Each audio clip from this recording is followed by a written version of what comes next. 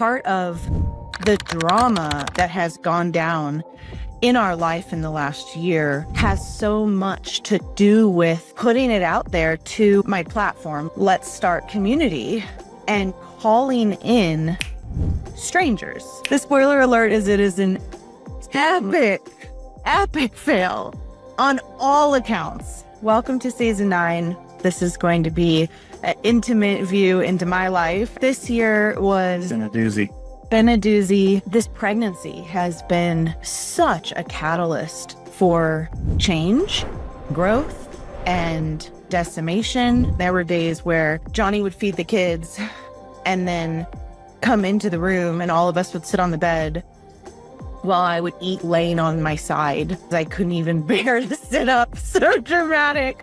I felt so bad. I thought 2025 was going to be so chill. Just as I start to get my bearings in the physicality of this pregnancy, a huge plot twist goes down.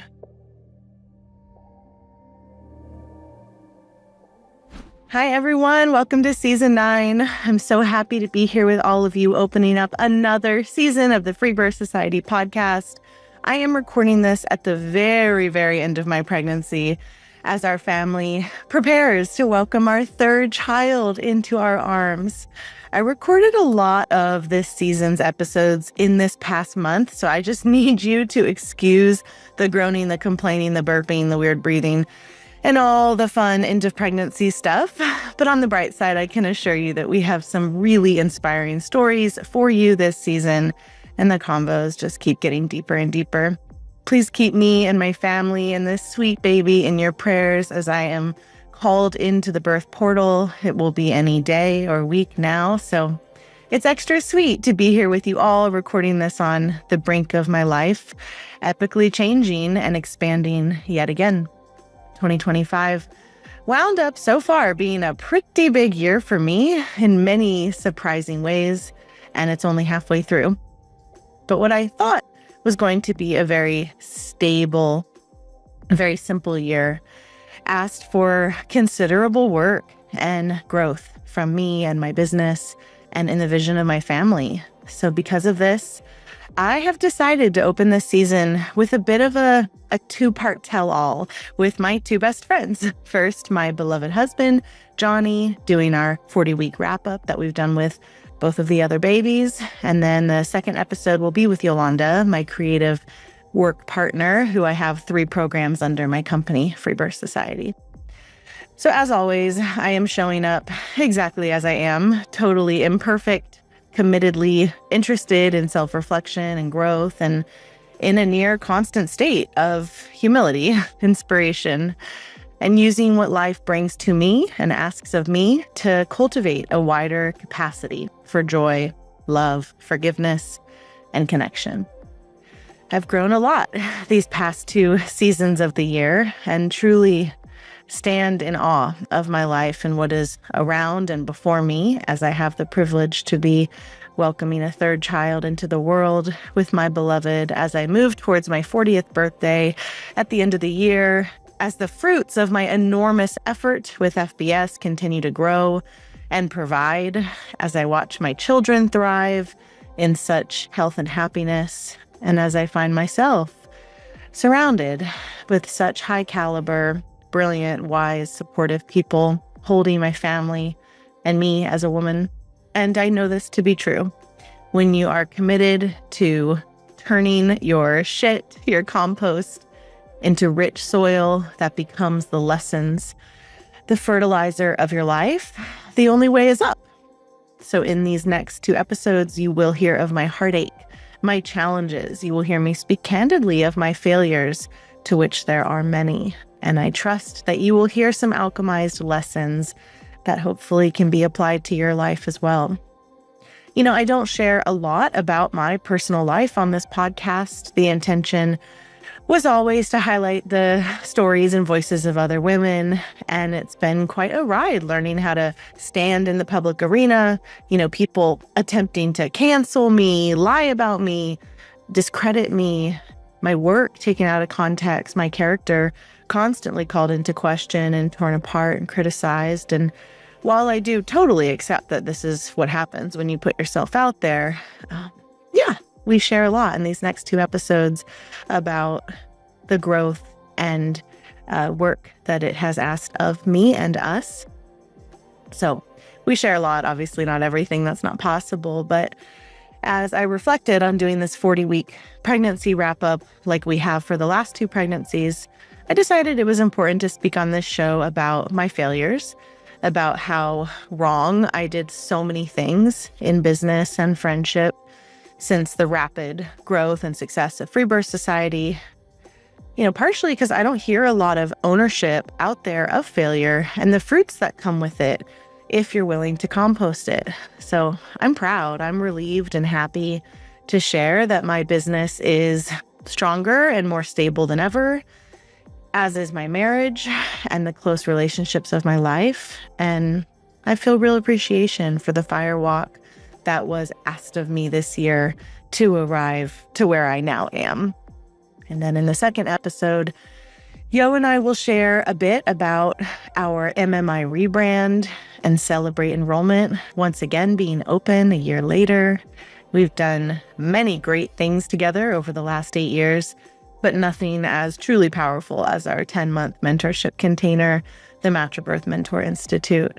I am proud to share that 70 women are graduating this month from its first ever run. And we've gotten the feedback, made the changes, and just really trust that this upcoming cohort will be just, if not more, powerful and ready for the transformation that our teachings, our tools, and mentorship provide. We will be offering an MMI open house and a graduate roundtable to come learn in real time from us and our students, as well as a 2-part workshop series that we are calling GRIFT. We had to. It is an acronym, and you can participate in that particularly if you are newer to what Yo and I are all about and want to get the vibe before you dive in with us. For those of you who have been waiting for the doors to open once again, go grab your spot. Get ready for a transformational year. Let's do your work and get you ready to truly take your place in the free birth revolution. Just a quick reminder also, while we're here, that our private vetted exclusive membership community, The Lighthouse, opens doors only 4 times a year. So if you're looking for real women to make holistic, high vibes relationships with, drop your name on the wait list. Join us on the inside. I do offer a very limited number of birth trauma integration sessions every month and one-on-one free birth prep sessions. So if you are ready to unpack your story with someone who really gets it, I'm here for you. And as always, we have our super popular, best-selling, self-guided program, The Complete Guide to Free Birth, that has been supporting parents to think outside the box and then birth in power since 2018. And if you're just wanting to dip your toe into all this crazy stuff, you can grab my free birth starter kit for free. See what you think. Let's get into season 9. I love that you're here with me. We've got another powerful season in store for you. Also, shout out to my new podcast production company, the epic people over at Podigy, who have totally up-leveled us for this season. Oh, and for those of you waiting anxiously with me for the Free Birth Society book and the Free Birth study, it's all happening.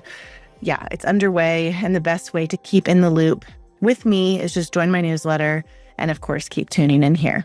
All right, let's go. Season 9. All right, everyone, welcome to season 9. That actually means it's been 9 years. Could that possibly be true? Yeah. Wait, I don't think that's true. No, not quite. 2017. You can do the math. 9 seasons. I don't know what that means. 2017. Wait, okay. Now I have to do it. We did it. I did it in 2017, 18, 19, 20, 21, 22, 23, 24, 25. That actually does make more sense.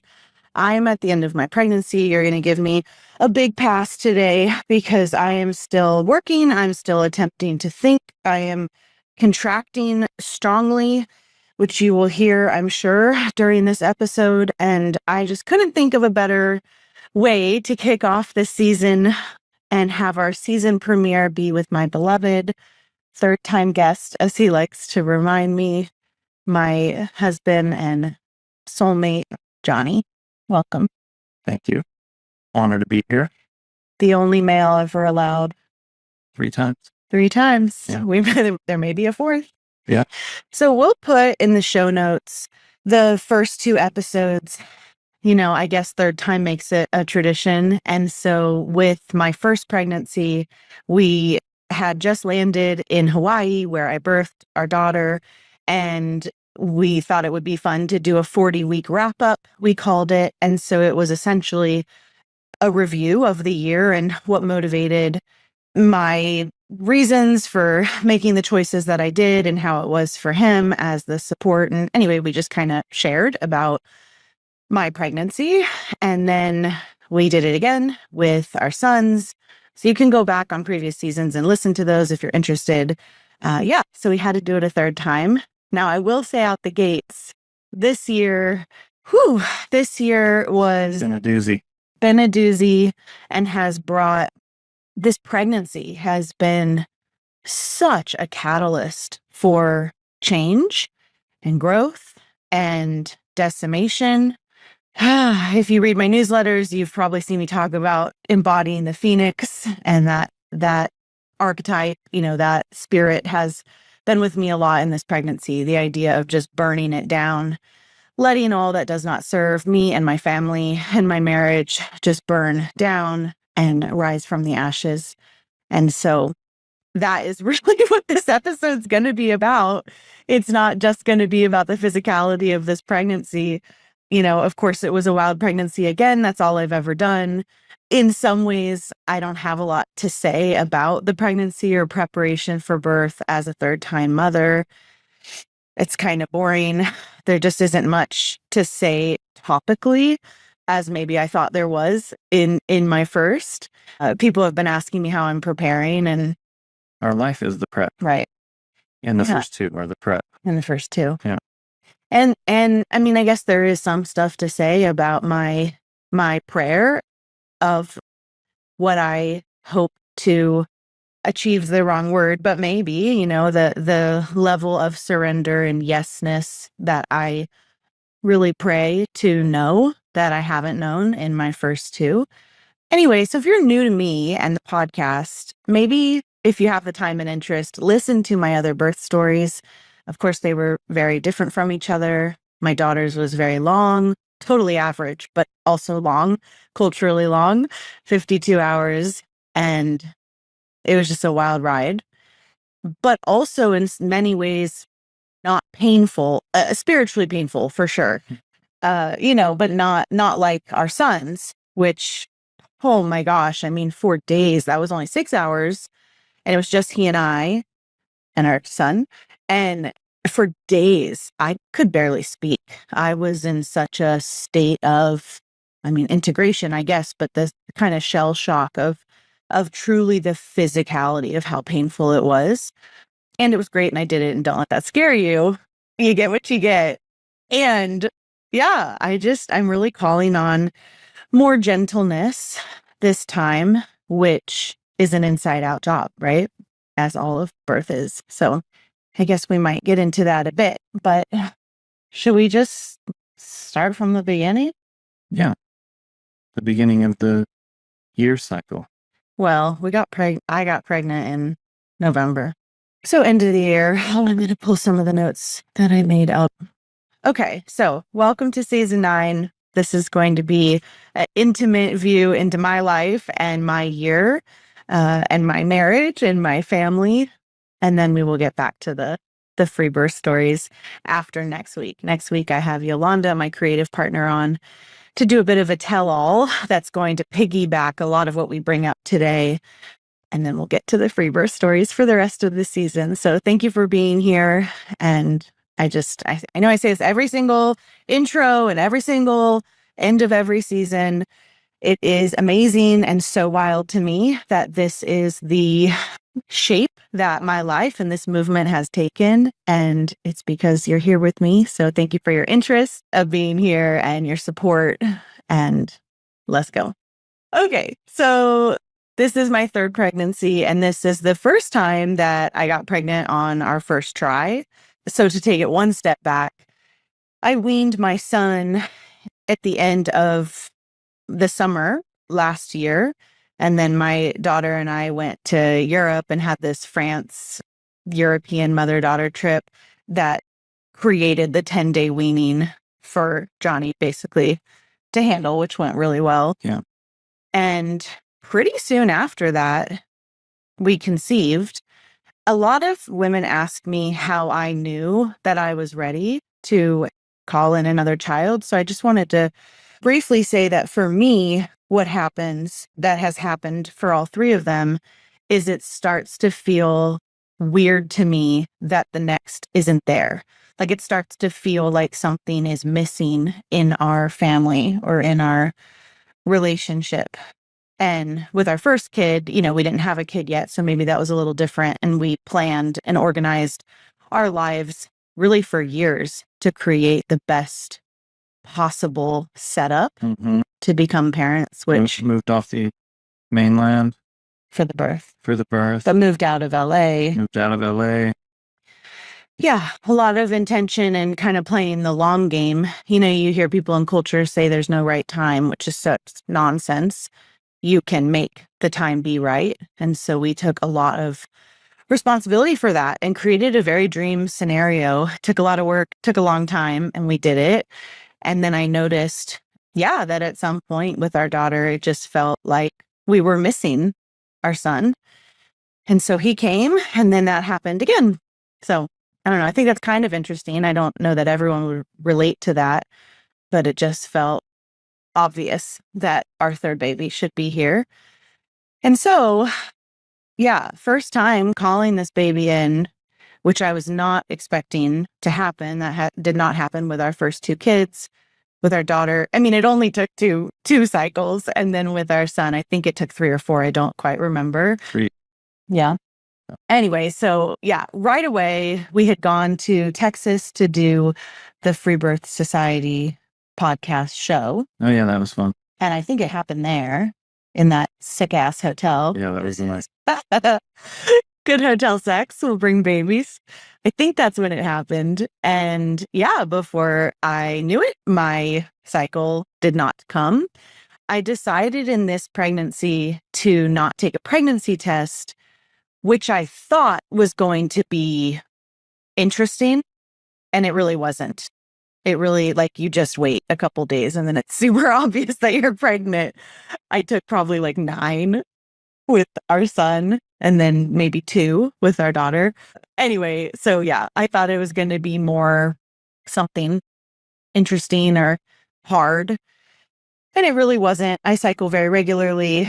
We had called in our baby. My blood did not come.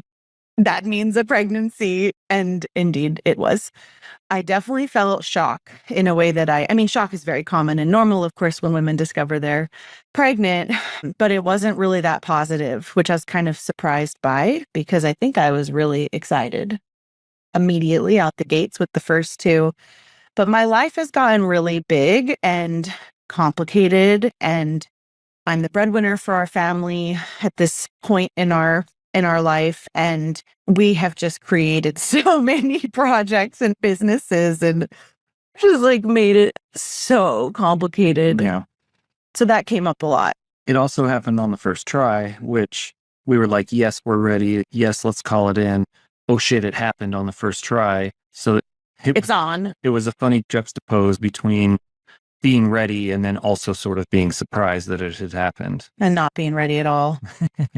But that's what's nice about the length of a pregnancy is you get ready, I think it's very normal to have quite a bit of ambivalence for a long part of the pregnancy. And then, for me at some point, it's like, oh, I think I love this thing moving inside of me. And I think I'm actually excited for this thing that's going to be here. And it takes the time it takes. So I remember bawling to you on the couch, which I'm not a big crier. I really don't cry very often. I wish I cried more. We should, work on that. But I don't cry very often. And I remember just crying to you. Do you remember that on the couch? Yeah. Just being like, what have I done? Oh my God. How am I going to handle it all? How am I going to juggle it all? Really being in a state of fear and scarcity. with this very limited belief that is culturally groomed into all of us, right? Of, yeah, scarcity. I mean, it is the actual concept of scarcity, of like adding is going to take away. And it's not true. And it hasn't been true. And babies just bring so much abundance. And it's such an expansion, right? It's a constant expansion to be mother. But in that, oh my gosh, in that week or two, I just felt terror and total insecurity and a real, like, what have I done? And another scarcity piece to this was, which is so backwards, but everything was so great. I remember crying to you being like, I'm going to fuck it up with this third baby. Sorry, baby. It's going to be great. Yeah, just like, oh, I'm going to get a dud, or I'm going to be overwhelmed, or I'm going to fuck it up. And our family is so great and we're so tight and everything's going so well. So it's a real cap. Yeah. Anyway, so that's, I just distinctly remember being actually very upset, even though I 100% chose it. We did it on purpose. We did it fully on purpose. But it's nice to let yourself have a tantrum from time to time. I like it. So yeah, I didn't do a test. That's not interesting. I already feel so, in my body. It just didn't seem necessary. It was not as tempting as I thought it was going to be, because again, you just wait a couple days and then it's extremely obvious that you're pregnant. So, yeah. And you were like, no matter what I say, do not go buy a pregnancy test. I wanted to see if it was going to give me something, like inner knowing, which was just that I was pregnant. I read something, I can't remember who said this. I wish I could, but long time ago, someone said, or I read it, you take a pregnancy test because you already know you're pregnant. Like, that's why you take it, which is not completely true. You could also take it because you want to be pregnant. But I mean, for me, I've certainly taken them because I've known I was pregnant. So anyway, all that's really worth probably mentioning about the first half of my pregnancy, is that I was down. I was so down, dysfunctional. You said it was similar to my last pregnancy, but I don't remember it being so brutal. I couldn't function, I feel, for most of the first half. I mean, just so nauseous, long 9-10 day stretches of migraines. Oh, not even really that exhausted like some women are, but so sick feeling. Never threw up, ever. I would hang out at, I don't know, 80% or something. Couldn't handle watching anyone eat, couldn't go in the kitchen. Ugh, everything was disgusting. And, all very, very normal, not interesting pregnancy stuff. And it was awful. And I suffered. And I was in like the best case situation of a stay-at-home, amazing partner. My kids were so loving and so sweet with me. I had everything I could possibly have needed, which this is a theme throughout, as I reflect on my pregnancy and this baby coming in.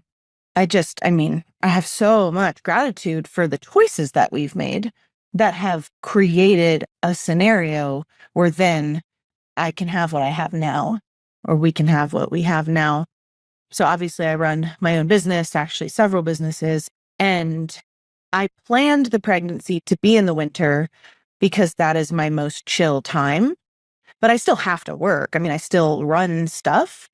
And there were days where I felt so sick, I couldn't even look at a screen. So much less work. I couldn't even watch a movie or something, which doesn't actually interest me all that much. But you'd think you'd spend your first trimester just fucking off watching a movie or something. And I did not. The only maybe interesting thing to say about this, if you are in this phase right now, is I discovered reading. Apparently a lot of people read, but I don't read. I haven't read since I dropped out of high A school. lot of people do read. Yeah. Yeah. Like for pleasure. I don't do that. And I couldn't look at a phone. I couldn't look at a TV. I was just laying there miserable days on end. And so somebody recommended The Court of Thorns, I think, is the first book. It's a 5-book set. And it's about fairies and magic and sex and all sorts of fun fantasy stuff. And so I picked it up out of just total desperation, absolutely thinking I would hate it and it would be nonsense. And I went so hard. And then read back to back to back to back. I read like 15 fairy porn books in like 2 months or 3 months. It was amazing. Oh my gosh, I highly recommend it. It's the perfect thing to do when you just feel like shit and you're hiding from the world and growing a baby. So that's what I did. I just laid in my bed in the back of our house and read these fantasy books, which is so not like me, has never been like me. Couldn't recommend them more. And then after you read those 5, then her other series, maybe it's like 9 books. I can't remember now, but it's called, what's it called? You started a couple of them. The Glass Throne. The Glass Throne is even better than the fairy porn. Yeah, such a pleasure. Oh my gosh. They were so great. They really, really helped me get through. So shout out to whatever that author's name is. Sarah something. Maz? Maz? Can't remember. MAAS. So that was the first half of the pregnancy. Not much to say. I mean, there were days where Jonny would feed the kids and then come into the room and all of us would sit on the bed while I would eat like laying on my side because I couldn't even bear to sit up. So dramatic. I felt so bad. Nothing really helped. It's just time. All you could eat were like yogurt parfaits. No. Yeah. Reluctantly. And I don't like smoking weed, but that is the time that, oh my gosh, it helps so much specifically with the nausea. And the CBD doesn't do shit. It also helps with the fantasy books. That's true. But I don't like weed. It's not a medicine for me. It makes me feel kind of disassociated or something. I don't like it. But anyway, I'm so grateful for it as a medicinal use in the beginning of the pregnancy because it would be the thing, just like one tiny little puff would be the thing that would make the next couple hours bearable or where I could go for a walk or I could sit up. Oh my gosh, so dramatic. Yeah. So it was awful. And I don't have anything else to say about it, although it is worth saying that the gifts in it, which I couldn't see at the time because I was such a committed victim, of the symptoms, but that after it, the skies begin to clear around 20 weeks or something. I don't quite remember. And as they often do for most of us. And in hindsight, I felt a lot of gratitude for that time and the way I had arranged it because I spent so much time with my family. I spent so much time with my kids because I literally couldn't work. And, I will admit it's as an entrepreneur who has a lot going on and who really loves her work.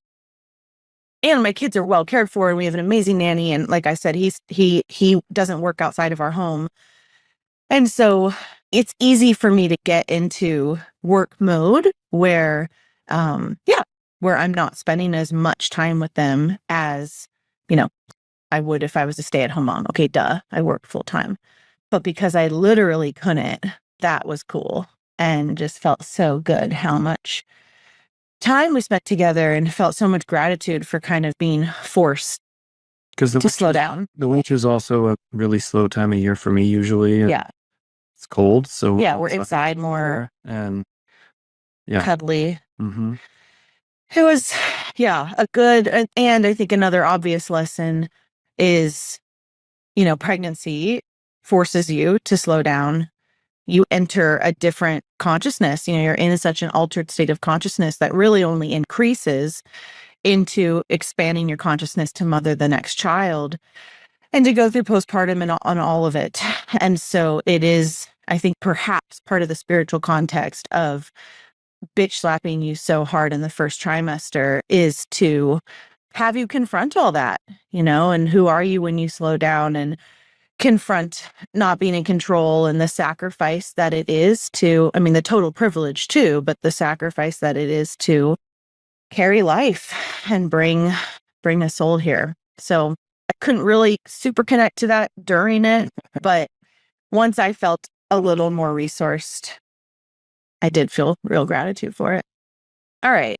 So that's the first half. Thank you for keeping me alive. Really. Yeah. I thought a lot in that first half of I'm very aware of how other women, live and how not great their setups are. And, women that work outside of the home while they feel even worse than I feel. Oh my goodness. Just thought about that so much. And women, of course, who are at home with their toddlers as sick as I was or more, and their husbands are gone 40, 50 hours. Oh, just, I guess, survival mode. You do what you got to do. But that's part of my role as provider, and I'm not financially providing during this time. And so, thank God. Yeah. There's so many other ways that you can define that term, and certainly keeping people alive, I would say, qualifies. Yeah. Fed, safe, together. Yeah. That's definitely something that we talk about in our marriage. For those of you who aren't familiar with our dynamic or our household dynamic, I don't know why you would be. I guess I've shared a little bit about it here and there. But after we had our first child, he always worked and was in the cannabis industry, and I was in the birth world, and that was what we did when we didn't have kids. And then we moved to Colorado after the Hawaii part when we had our daughter, and primarily because he got a really good job offer there in kind of more like corporate cannabis. And we had family there, and Colorado's gorgeous. So we went there, and he worked a normal job. He was running a big team and, out of the home, obviously. And I was at home with our baby, also starting Freebirth Society. I had already started it, but I was growing it and, coaching, and we had the complete guide to free birth already out, but I was home alone with our baby as well. And it was so dysfunctional, even though it's the American way. Well, I would leave the house. You'd wake up at 5 before the sun comes up and work until drive 40 minutes, drive all the way across town, commute both ways. Sucked. Are you one of the many women out there who's obsessed with this podcast, binging every episode, feeling the stirrings of something more, but not sure how to bring the good word of free birth into your community? Well, let me tell you about Match Birth Mentor Institute, our 10-month high-touch mentorship program that brings you out of the sidelines and into the arena of sovereign birth work. This is the most powerful and comprehensive offering Yolanda and I have ever created. It's for the woman who knows she's here to serve, but doesn't want to play by the old rules. If you felt the pull to teach, to guide, to walk with women in real integrity, this is your path. We only run this once a year, and enrollment is open now. The curriculum is immersive, transformational. You'll go through 4 distinct quarters. First, self-mastery, because you can't hold women in birth until you've met yourself in the fire. Then, 11 weeks of sovereign birth work training, everything Yo and I know to get you solid in your knowledge. Next, we teach you how to teach and coach. Our frameworks, our tools, our methods, all laid out. And finally, full spectrum business mentorship. Yes, you can make a real, meaningful income doing this work, and we'll show you how. Our graduates go on to lead sovereign childbirth classes, attend births outside the system, coach women, hold circles, and earn money from a place of true alignment and devotion. If you're feeling the nudge, if this is lighting something up in you, follow it. Go to matchbirthmentorinstitute.com to learn more and claim your seat. Let's change the world together. One birth, one woman, one community at a time. And then come home, and we're just describing a totally average setup for a family. We know that. But he would come home, at sundown. I would be so over the baby thing. I'd been alone with my baby all day, and I wanted to do other stuff. I wanted to talk about other stuff. I wanted to work on my stuff. And he would be pooped. He had been on his feet for 12 hours, and I wasn't about to make dinner. I'm sure I did back then. I don't anymore. I don't anymore. Because I was working, I still mostly cooked in those days. Did you? I don't remember. What is that? A butt? That's pretty bony. Bony butt? Bony butt. Yeah, I don't even remember. I just remember it being so dysfunctional and us not being connected, and it just having kind of especially in hindsight, kind of almost a darkness, like a heaviness to it. But if you were to just look at us from the outside, we were just like a happy, thriving, functional family. But on the inside, especially knowing how good it can be and all the changes we've made and how we are today, it felt kind of hard and kind of overwhelming and kind of heavy, which are not words I'm calling on to create my life or my marriage with. And it had been amazing. And that's not the kind of job I want. It didn't fulfill me. It was HR meetings, and I had 50 employees under me, and it was just like a grind, managing stoners all day long and not being outside, even though I worked in this giant spaceship greenhouse. And it was not what I wanted to be doing. And then I'd come home and just want to chill or whatever, connect with you. And it was totally dysfunctional. Yeah. And it's hard to call it that when that is literally what everyone is doing. Everyone with a new kid, that we knew or we were around. I mean, it's the Western way. Of course, they work and you figure it out, and it's inherent. You inherit these stories that you then play out, that it's hard and disconnected and da-da-da-da. And so we had a big wake up year around that. I think he worked that job for maybe a year and a half. And that paired with just the beautiful gift that was COVID, that combo just bam, hit us so hard of what are we doing?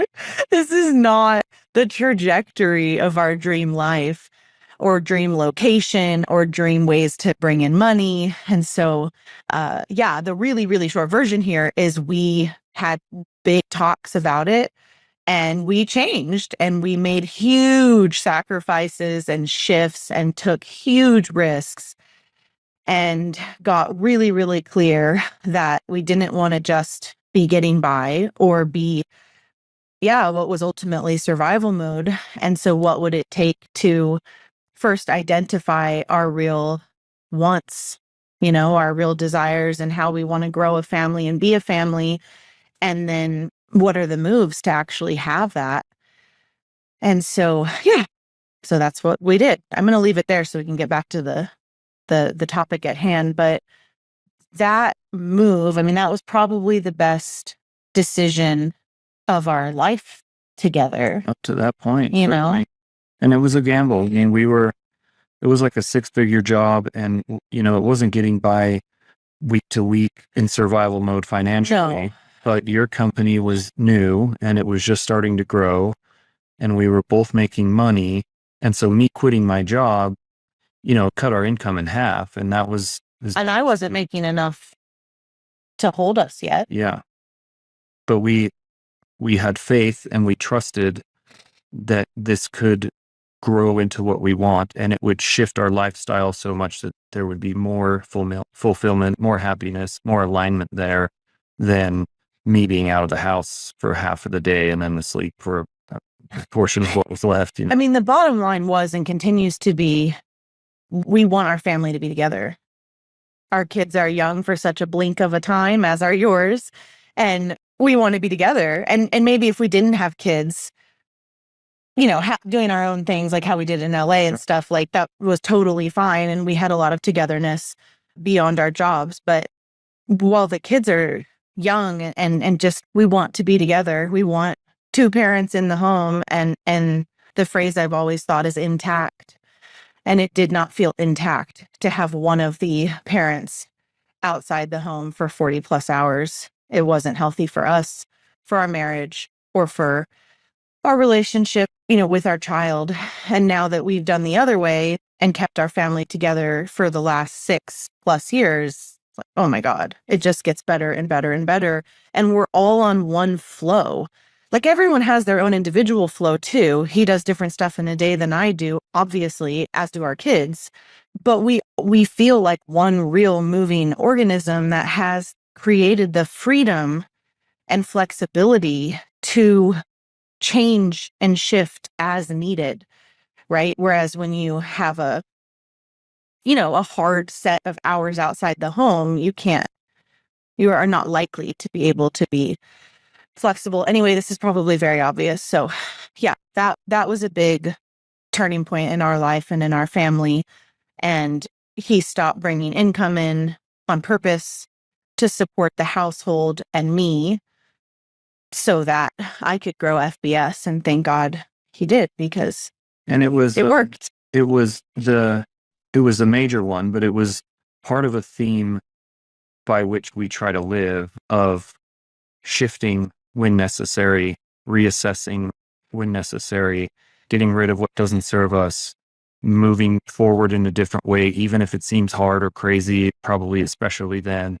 And, that was the shining example of that at that time for us. And I mean, it was a great decision to get out of there.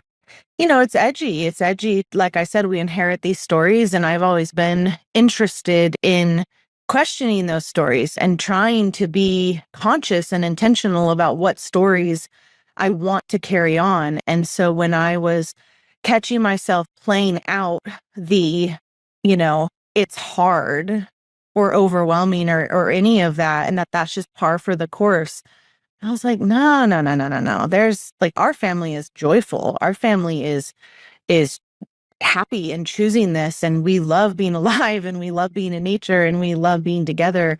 So show me the way, And so we actually, I guess, to bring us into what we're about to pivot to, FBS starts to become just, more and more successful every year with the reach of the pod and everything else that I go on to do. And so at that intersection with the, worldwide chaos that becomes 2020, we duck out and we leave Denver, where we were living and where his job was and where we had a rental home. And we duck out to this tiny little town in the Rocky Mountains in southern Colorado to just see, kind of to wait it out and to just be in the mountains, be away from all the chaos. The whole vibe of COVID hadn't super hit that town yet. It was pretty mellow compared to where we had just come But from. right before we left, lockdowns started. I remember worrying that we wouldn't be able to get a U-Haul truck to make our move, or that we'd get stopped on the Well, it was popping off. Nobody really knew how that would end up being, and we were like, we got to get out of here. We skated. There were helicopters over parks in Denver, families just eating picnics, calling them terrorists for violating the whatever it was called, the quarantine. And the real turning point for me, / you, I think as well, was we had caught wind of Los Angeles City, where we used to live, cutting utilities to apartment buildings that were violating quarantine. And that really stood out to me, as it should have to anybody. That was such a no for me to. I'm so grateful we heard about that story. I think it was through social media, but realizing that things were popping to that level of, overreach and chaos and government control, I just looked at him and was like, we can't, over our dead fucking bodies, are we going to be in a situation where we can't give water to our daughter because my sister came to my home? No, we're not doing this. We need to get out of here. And so we hid out in this little, do you remember that? Obviously the water was our guiding force, because that's what led us to this area. We're in Western North Carolina, and we were looking in Georgia, Tennessee, Western North Carolina, primarily, in Virginia, I guess a little bit, primarily because of the water abundance and water independence that is here. So a lot of reasons brought us here, but that was actually at our core the true inspiration of how we honed in on this area. Being from the West Coast, water independence is not a concept you actually, it's water dependence. And you grow up learning to turn the sinks off, and there's so much regulation with water, and it's water. It's like the most important thing. And so, yeah, that became our guiding. Now the challenge is too much. Now we have too much water, which I'd rather have. Yeah. So we hid out in this little cute town and started dating out here and figuring it out. And we were totally in where so many people are at. We had never owned a home. We were not. Didn't really have very good credit. Didn't have. Right. We were still recovering. Tax history. FBS was new still. Yeah. You weren't working anymore. Didn't have a job anymore. It just, we were just like a normal couple, obviously, trying to figure out what to do. And yeah, thankfully, this was at the start of 2020 where prices had not gone cuckoo bananas yet.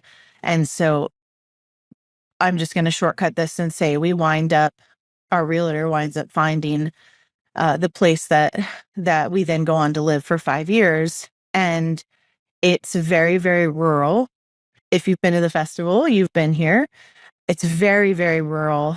There's one library, there's, one playground within 30 minutes. It's hard to get here. It's like 2.5 hours from any airport. But at that time, we were into that. And we thought that the world was ending for us who were non-compliant. And we were not going to get, what are they called? The little experimental pharmaceuticals injected into our bodies. We were certainly not going to mask and cover our mouth holes or our child's. And so we just kind of watched, as I'm sure you did as well, whether you complied or not. We just watched everything change, of course. And at first we were looking at Asheville, but the Waldorf schools were masking outside. I mean, it was such insane chaos that did not resonate with us at all. We were not interested in that game. And so we were like, let's go rural. We don't need shit from the system then, if this is how it is now, because we're not even going to wear a mask when we go into a grocery store. So I guess we're not going to shop at grocery stores. And so that's kind of a very, very abridged version of how we got willing to live so rural. Obviously, plenty of people live very rural, but we were more or less city kids that thought we needed a Whole Foods and thought we needed for our kids moving forward, like certain services or whatever. The consciousness of rural life didn't bother us because we were basically planning to just bubble up and do our thing and get some animals and put in a greenhouse and just become independent in a way that we had no idea how to do that yet because we hadn't done it yet. So yeah, that's part of where we're about to go with this episode and what happens this year. I think it's helpful to flesh out the history because I guess the bottom line is our assessment of what brings us here to this really beautiful, sweet little tiny town with no health food stores, with very little services, with very little alternative or health consciousness. The assessments in which we conceded to that are very, very different than our assessments now, 5 years later, being obviously on the other side of the whole, pandemic, and also now having 2 children, almost 3. Just our assessments 5 years later of choosing our place is really different today than it was 5 years ago. And we no longer want a super rural life. And we wouldn't have wanted it actually if COVID hadn't have been in play. Not this rural, no. No, not like we don't want to be like DIY homesteaders. No. We want to be like on private land and be so grateful to buy that blue cheese at Whole Foods. You're not about to make the blue cheese. I'm not about. I'm not making blue cheese. I'm not making the blue cheese. I'm not even sure how it gets blue. They're blue cows, I think. Wow, that's totally blue milk. No, we are not the DIY total sovereign independence visionaries that so many people want to be or are actually trying to be. Like, total props and respect to the people with that time and skill set and interest. But you made a beautiful food forest. Thank you. And the greenhouse is sometimes popping. It is right now, which is fun. And we have the chickens, and we were going to do the cattle until we decided to move. Okay. But more so than that is we're now more interested in services. You know, we can't find good body work around here. You know, there's only a couple mechanics in town. There's the extracurriculars for our kids, or the alternative school options for our kids. Zero. Or the tutoring options for our kids are pretty limited. But even more important, long term, which we're kind of skipping ahead, but I guess maybe we should just get to that about cause and failing, because the sober reality check of the private school, again, if you need a little backstory, assuming you don't know all this stuff about my life, I opened a private school in the beginning of 2023 with this hope in my heart that it would take, because that was how I could see this working for our family long term, was to be the resolution that I saw missing. And the only stuff here that we're aware of is, of course, homeschool is an option, of course. And then school-wise, which is also community-wise, is the public school, which is a lot of public pride here in that arena. Most people do that. And then there's a very, very, very strict, intense Baptist private school. Neither of those tracks are remotely on the table for our children.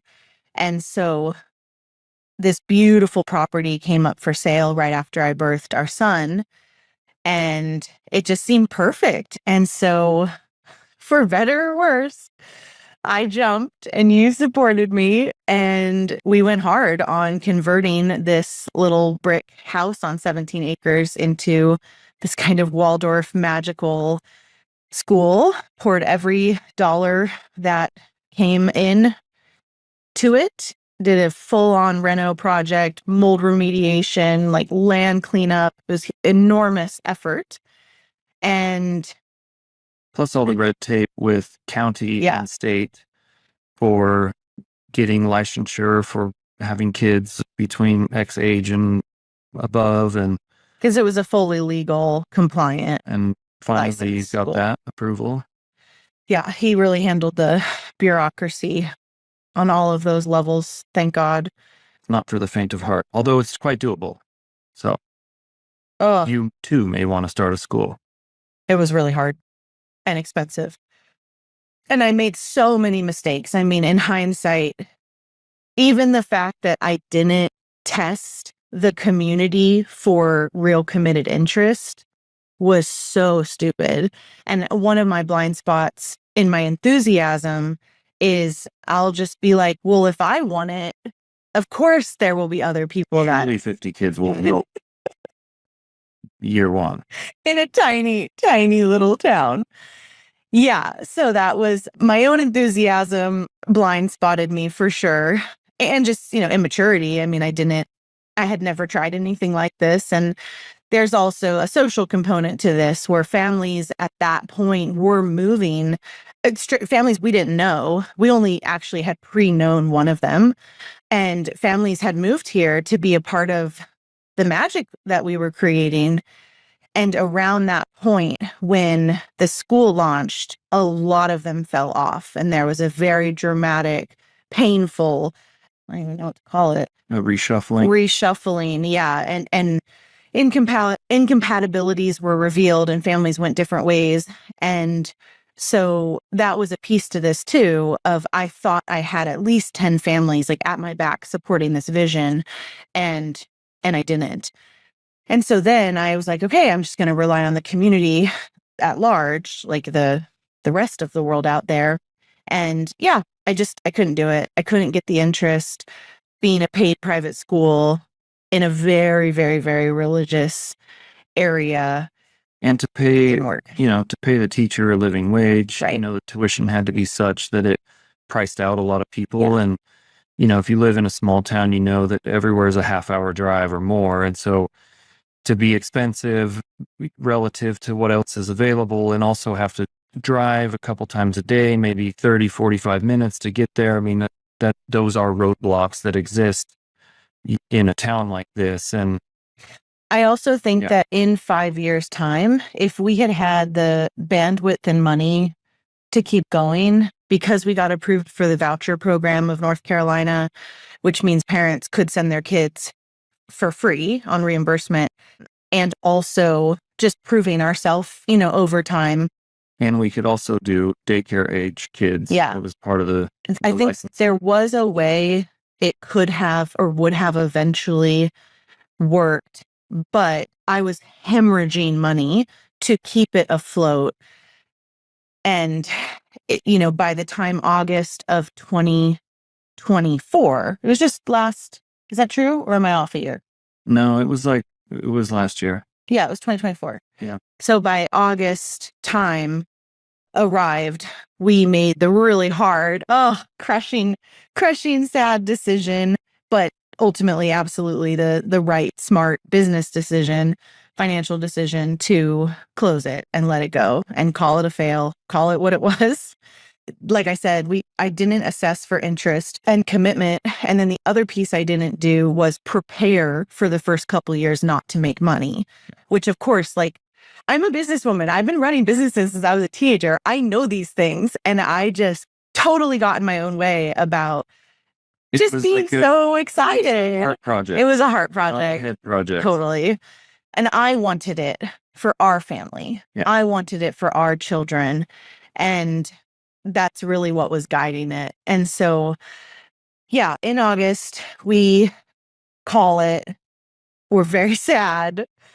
And what that quickly opens up between Jonny and I, in dialogue is, oh shit, if this school isn't at the center, of our vision here, what the heck are we going to do? And what is the long-term vision of our children's lives?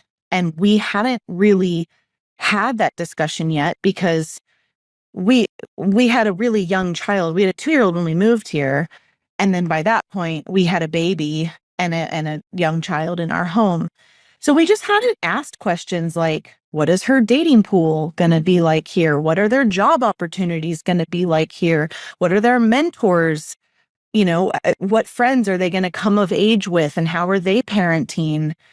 So this is all important to flesh out a little bit, because part of the drama and just fuckery that has gone down in our life in the last year that we're about to get into has so much to do with this kind of complicated sequence and all these different factors of the school, moving rural during, being COVID traumatized, thinking everything was over, and then having the success of FBS at my back, me very innocently, very naively putting it out there to my, air quotes community, my platform, let's really call it that, my company, putting it out there saying, we moved somewhere really beautiful, let's start community, and calling in strangers. Other COVID refugees. Basically, right? And free birthers, because they were within the context of, having taken my programs or listening to the podcast or connecting in some way of what I was doing. And so that is happening, as I mentioned, prior to the school. From the time we arrive here, I'm trying to call in like-minded women. I'm doing slumber parties at my house. I'm doing membership gatherings.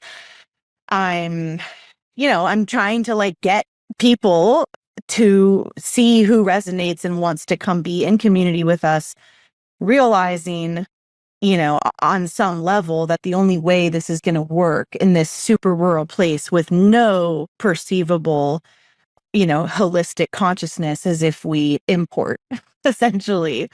And so, again, just so naively doing what I can think of to do that.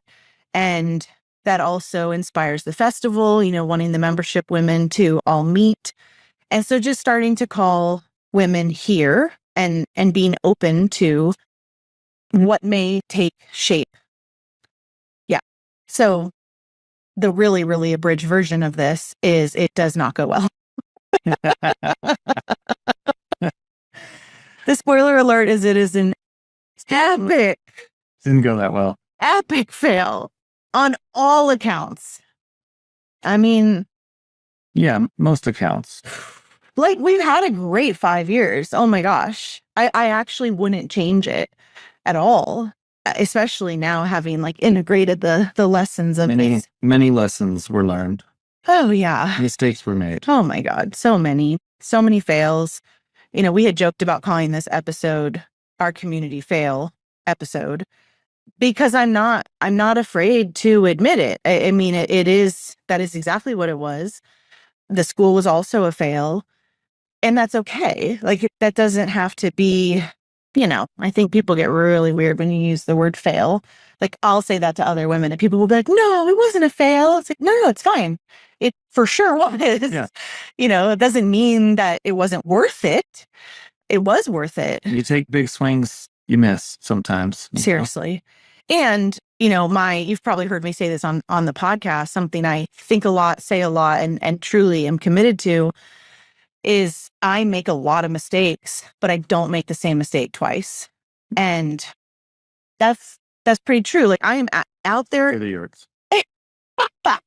But by the time we realized the yurts were a mistake, we did not put or them. When we're out, yeah, was in the barn. Yeah.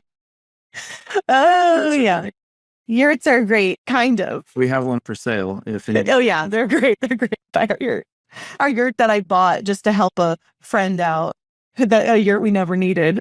So stupid. Okay, so do you feel like we've kind of properly fleshed out the historical context to get us into why the rest of the pregnancies, why the rest of our years so cray banana? Well, I guess one other point is part of why we bought the big property where the festival is held was, yes, in part for the festival, but also to be a community hub. We wanted to put up these little buildings where people who were interested in moving to this community could come for a short time to live and then branch out from there, which happened to some degree. Well, also there aren't rentals here. I mean, okay, there are, very rare. Yeah. It's very, very uncommon to find a good rental here. So our thinking was if families may want to live, in this town or nearby, they're going to need a temporary home to transition to buying, which turned out to be true for some of them. Yeah.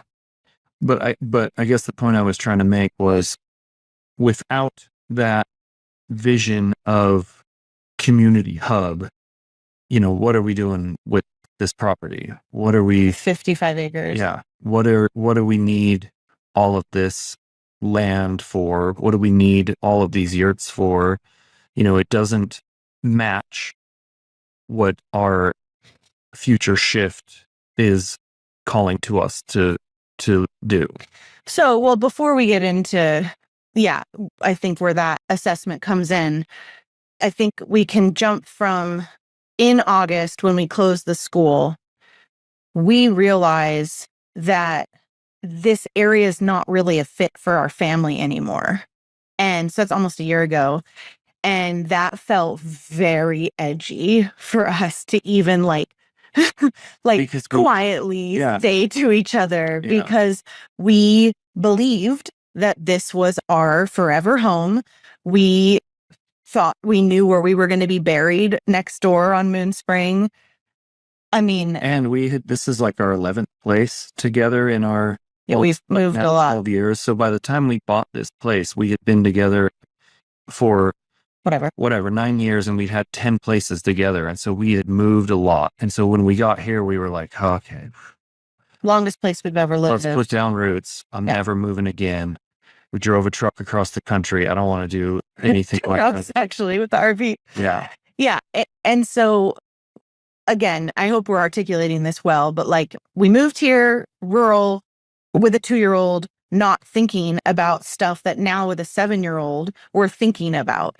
And so when the school was clearly a no and we, admitted defeat, we start to just between us be like, okay, so then that means we'll homeschool.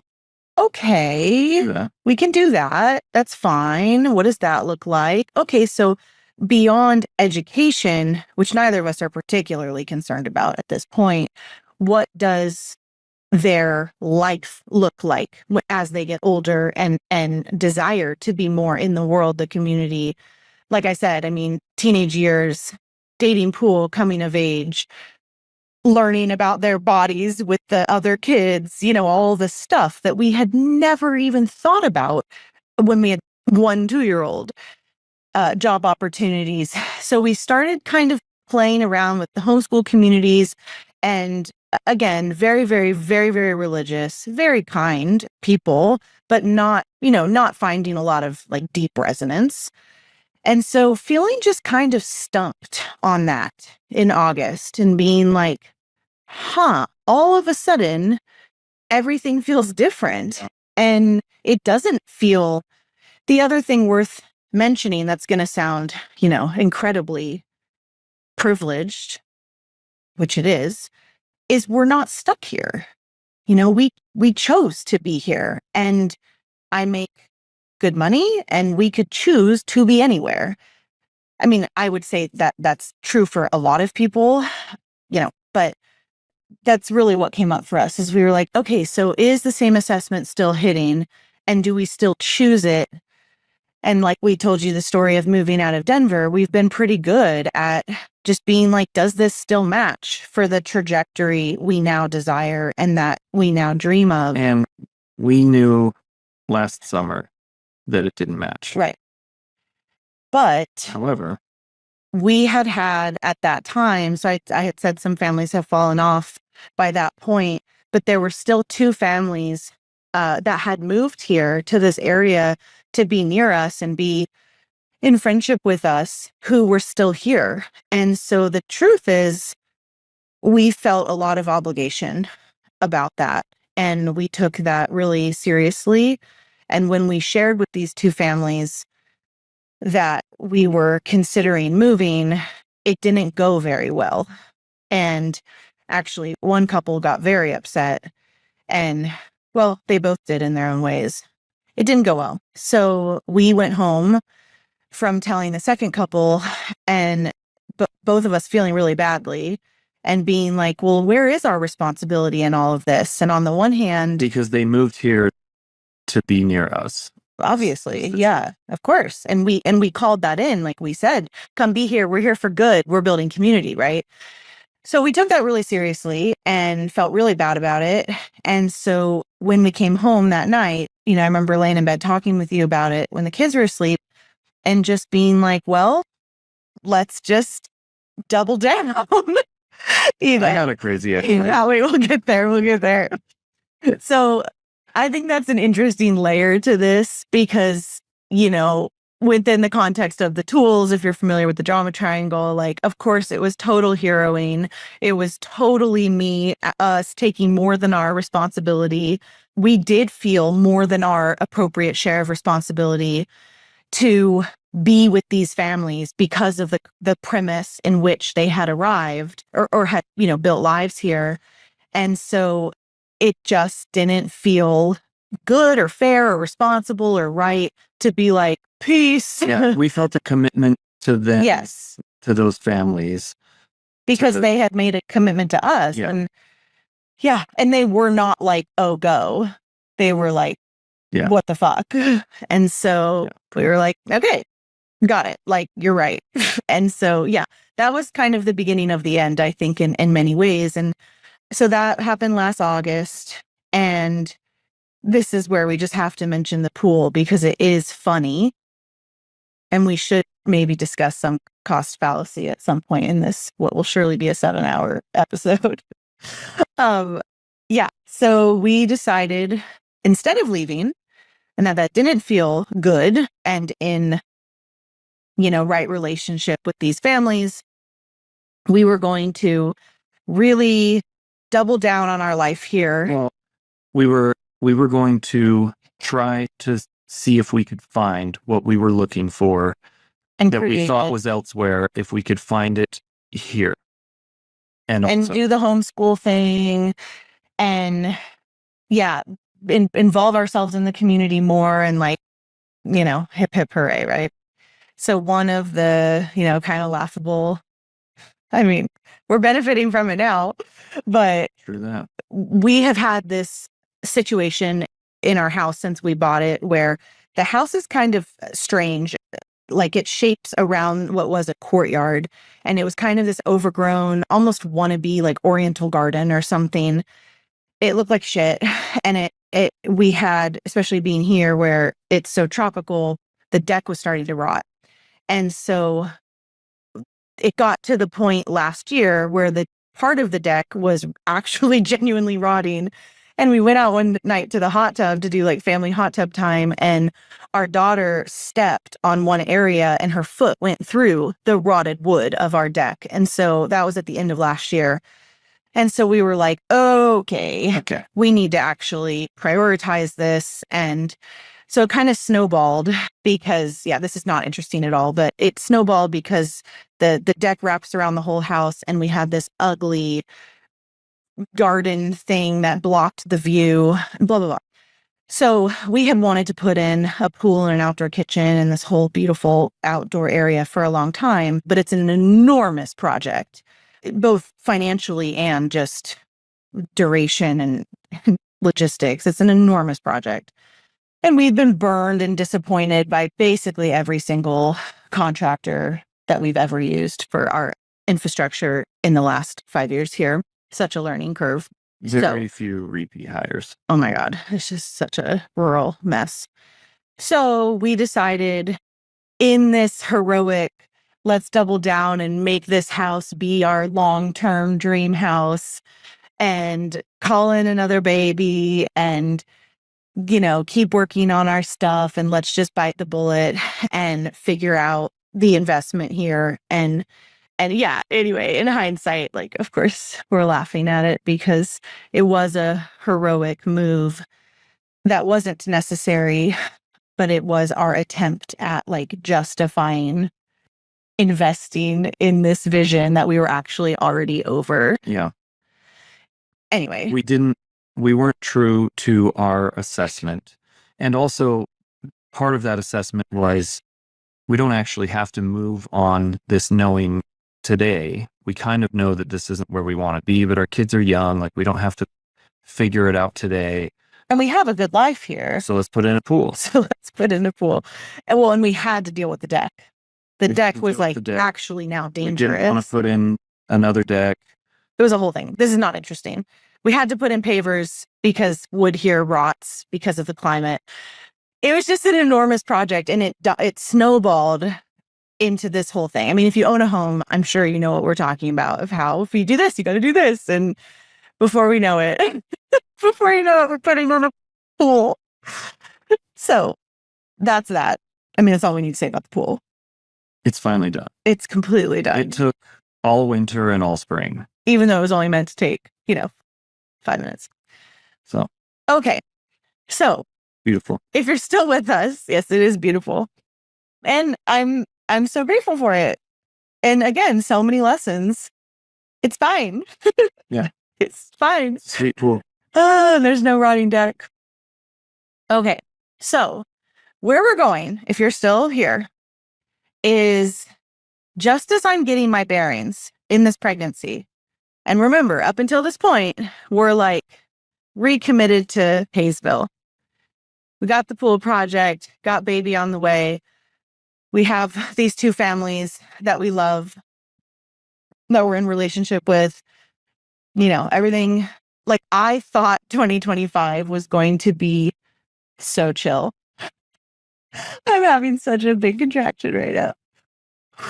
I thought it was going to be just like, I thought I knew what it was going to be.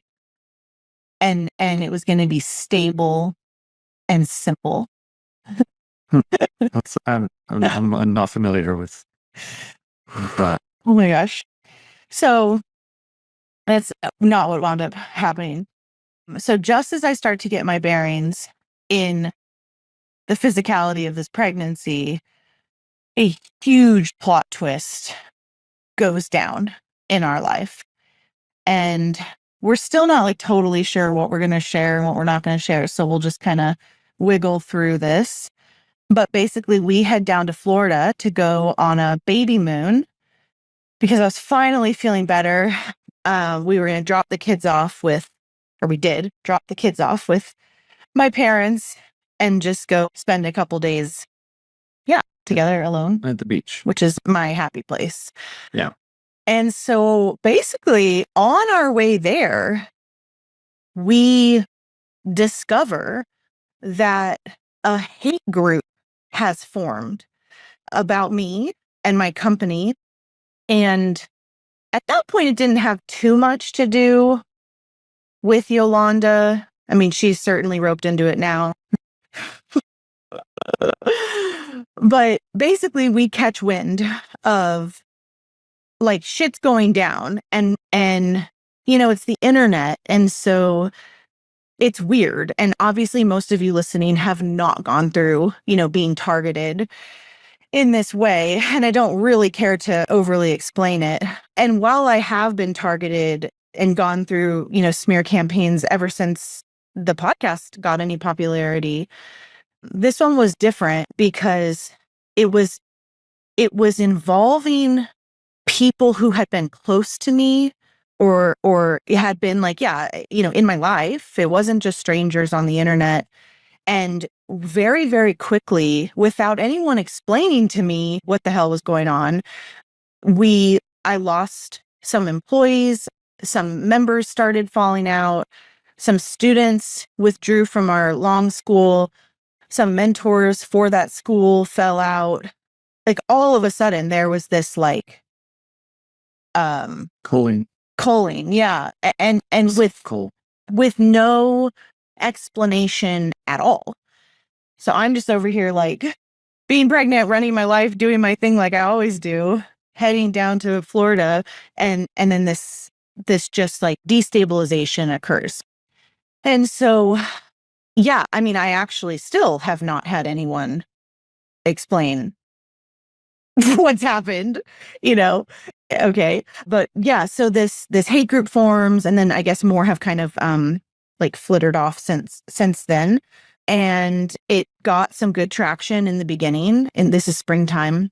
And it was hard at first to figure out what was real, because also a lot of stuff wasn't real. I was being sent screenshots that were mock-ups. Is that the word? Like, what's the term?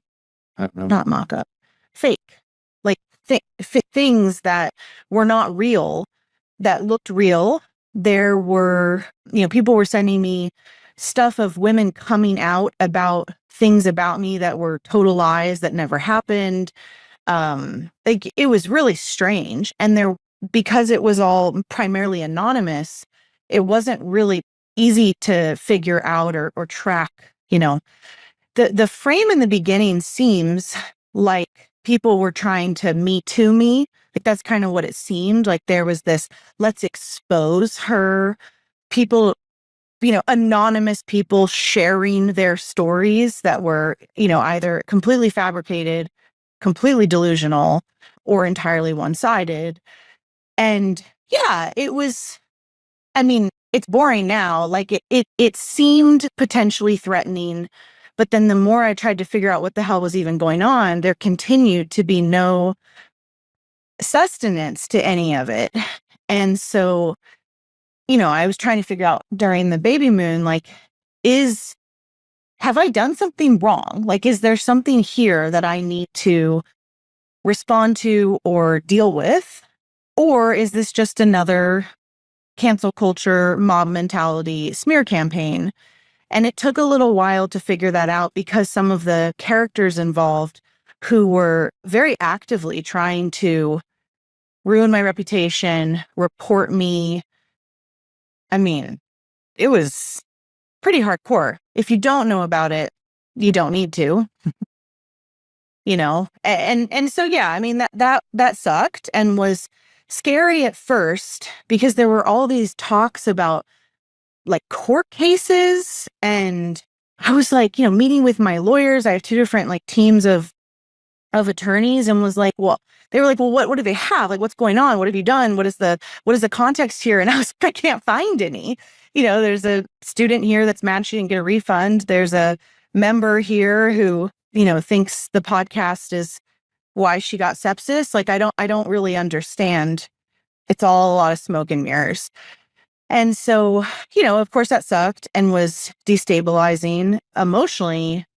I mean, beyond just being pregnant, like one of the weird reoccurring themes that have happened in this one-way fame dynamic that never happened to me prior in any of my relationships with women before this is how quickly people turn, and like without explanation, without communication, without context, which only reveals the power dynamic that was always there and the pedestaling that I never saw. And like, there's so much to this that is so big to wrap my head around and new in a way.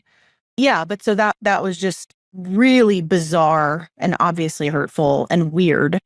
There were so many lies, and something I just keep returning to, because of course people were like, are you going to say something? Are you going to make a statement? And I just kept returning to something that I have thought a lot on during the 2 years I was called a white supremacist, when supposed friends outed me for not following the liberal anti-racist structure that they wanted me to follow within my membership. Was I don't need to defend myself. And I don't know if there's actually anything more liberating than really deciding that and knowing that within myself. And that as soon as I defend, I'm in the fight. I'm not above the fight. I'm in it. I'm fighting back. And I don't live that way. I don't like that. That doesn't feel like high vibes to me. That's not in integrity. It's just not very interesting. It's pretty low vibes.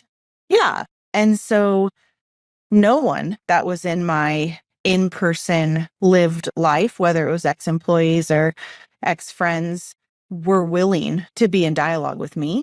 And so once I realized that, it kind of, it took a different shape, of just like, okay, so this isn't even real. Like, there's no real relationship happening here where there can be dialogue or repair or clear understanding. And so this is actually just a targeted attack. People were, women that I had known in the past were trying to get me reported to the FBI. I'm not exactly sure on what terms. They were making these big cases that I was a sociopathic narcissist, is the term that I caught wind of. Yeah. And really these like thought out papers and emails going around of how to hurt me. Pretty like dark shit, man. Like, really, to hurt a woman, to intentionally hurt a pregnant woman. So there's so many layers, to airing this out and to even attempt to articulate what that felt like. And just thank God for my relationships and my own sense of self, because as nasty as it was, it never confused me, Like, you would say that to me sometimes, like when the worst stuff would come in of like, don't let them trick you. And I never felt tricked. It was more like disorienting. because of course, and we talk about this on the episode with Yo next week, this was always small. Like this was always, it took up space for a little while I was, trying to figure out if there was something here for me to do. But it was always peripheral to the main thing, which is, obviously the health and connection of my family and relationships, but also my business continued and continues to flourish. Nothing really got that impacted. I'm sure I lost some people who otherwise maybe thought I was cool, and then they saw some shit about me on the internet and went another way. That's fine. But in terms of financial impact and like, yeah, how do I explain it? Yeah. Like everything was fine and really turned out to be really helpful for me, honestly, because you learn a lot when you're in the hot seat. You learn a lot when you're in the fire. And it inspired me to grow up in all these different ways. Yeah. I think we probably want to mention like the whole private sector graduation, because that's one of the biggest, or evolutions, that's one of the biggest gifts of being so attacked. And it got really bad. It wasn't just a hate group, like organizing to the best of their like boring, pathetic ability, but it was also, trying to get me canceled on platforms. I mean, none of it worked, but it also led to threats, death threats, threats against my family, being doxxed, where your address gets passed around in hate groups. And that stuff sucks. I have children. I'm pregnant. We've been so, open and generous with where we live and hosting the events and all of this stuff.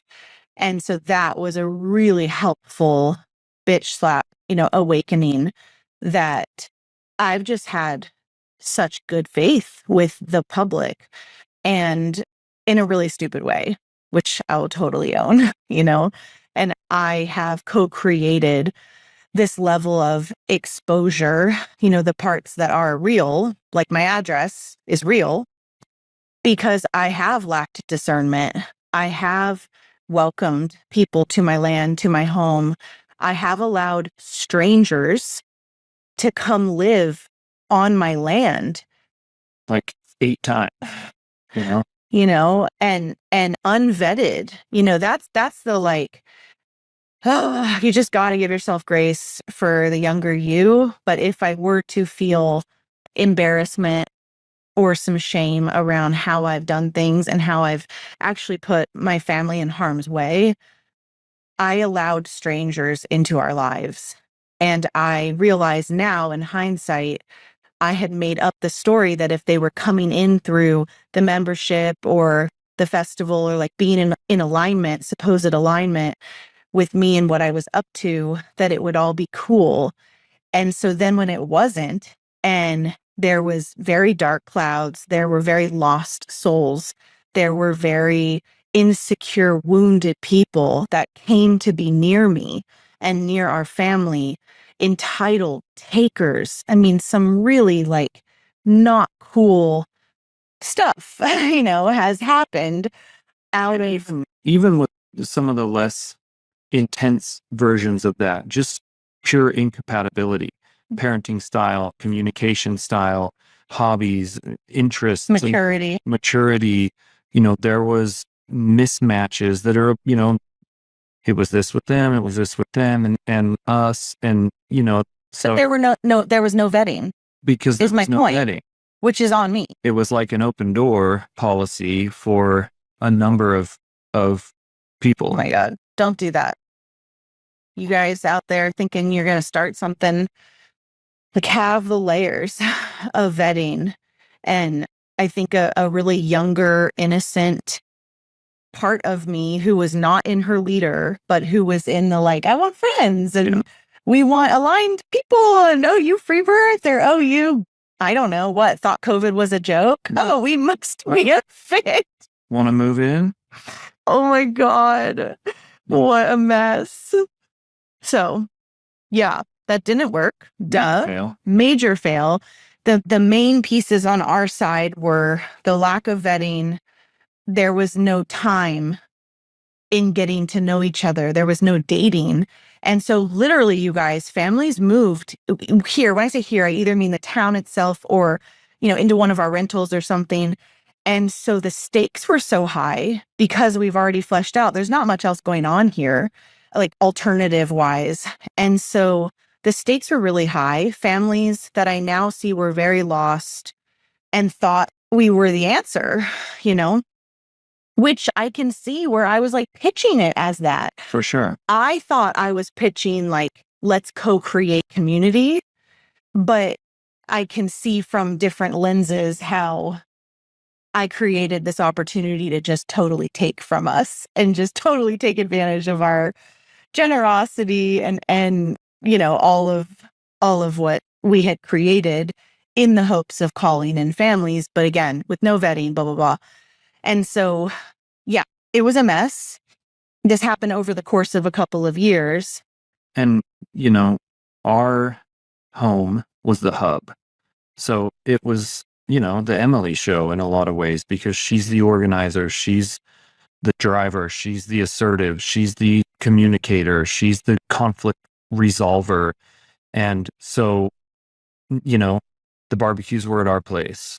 The play group turned into Cosm eventually, because initially it was yurt school at our place. And in my mind, I'm like, well, we just have the place. Like, we're just established first. And so let's just share all of that.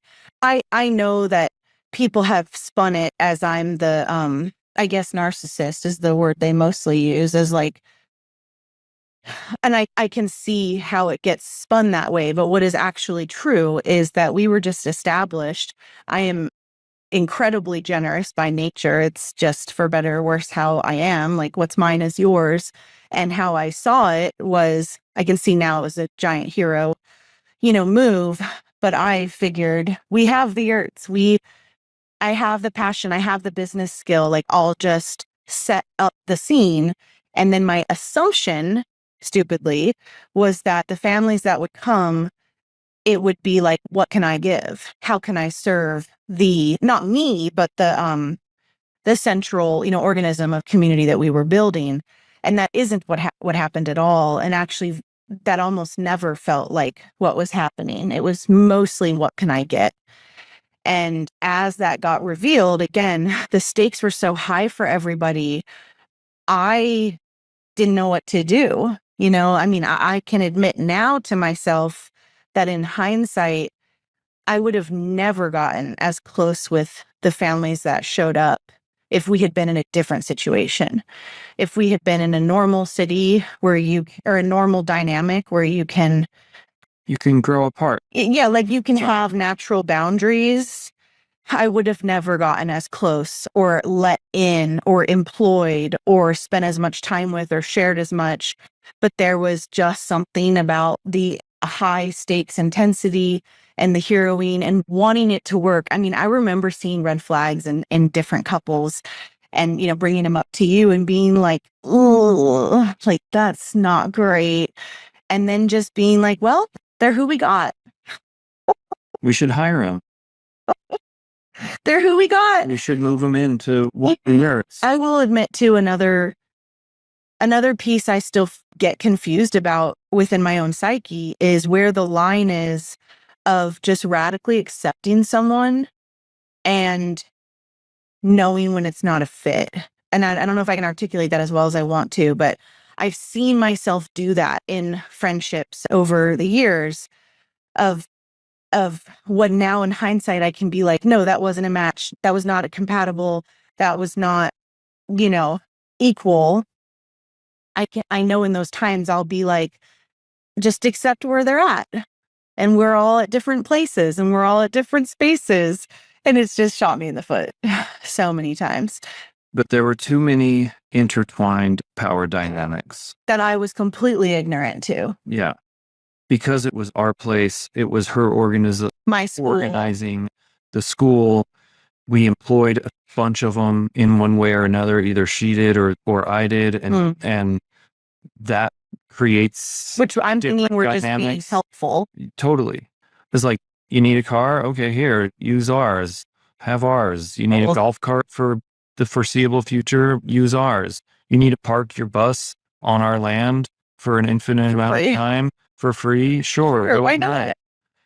You know, but it creates a power dynamic that is hard to manage in social circles when conflict arises, or you realize there's an incompatibility there, even without something like acute happening, to realize there's an incompatibility there. And that makes it messy.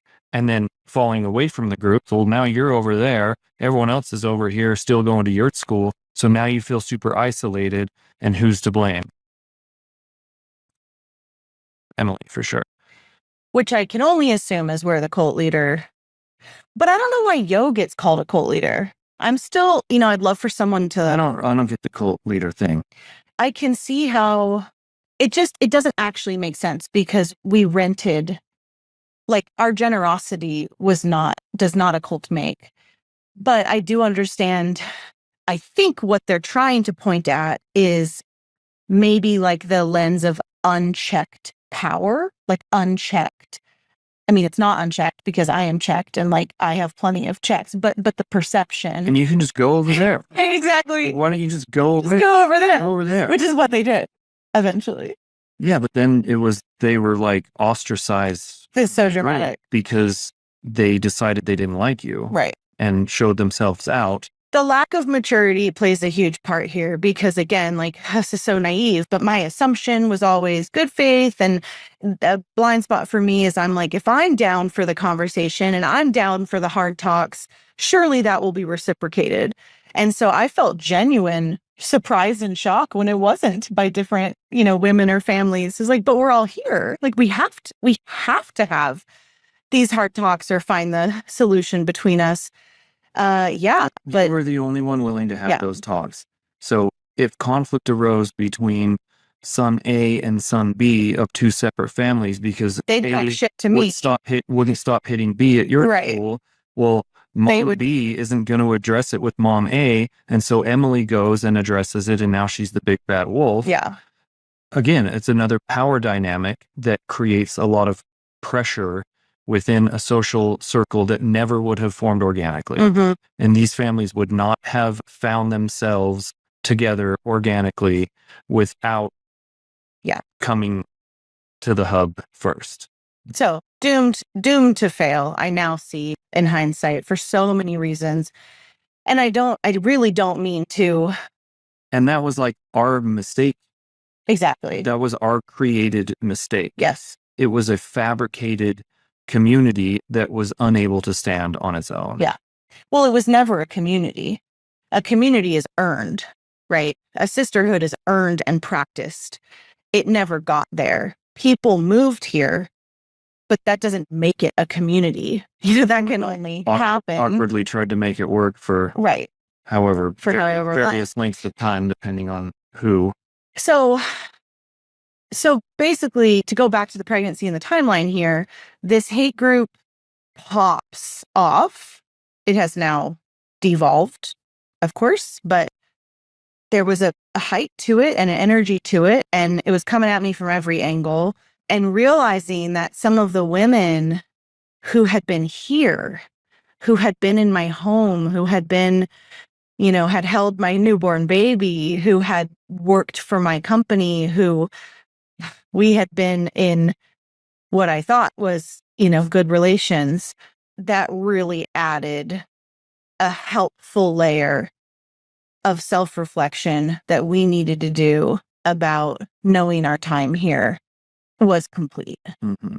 And so, it doesn't bother me that there are rumors that we're fleeing or that we're now isolated, or, people send me stuff. People like the drama and I have people in my life who are pretty fascinated with this fan group. The haterati. My love group. Love group. They're my fans, they're obsessed. It's pretty obsessive. Which is sad and pathetic. ugh. And okay, like whatever, it's here. I guess I'm more interesting than what you've got going on in your life. And so I'm the center of it, which is whew, something for you to work out. But I don't mind, the rumors and perceptions, because, well, of course I can't control what other people think. They don't matter. And they totally don't matter. And we're obviously here very willing to offer, what we're willing to share of context and our own journey, because I'm proud of us. And I would never try to form some false narrative that I am a victim and that I've done everything right. And I haven't always handled this stuff gracefully. And I know I've always tried really hard, but it hasn't worked in a lot of these dynamics. And that's okay. I mean, it is extraordinary, I guess, the level of drama in which people have chosen to take it. It's one thing to be like, I don't like her, she's a bitch.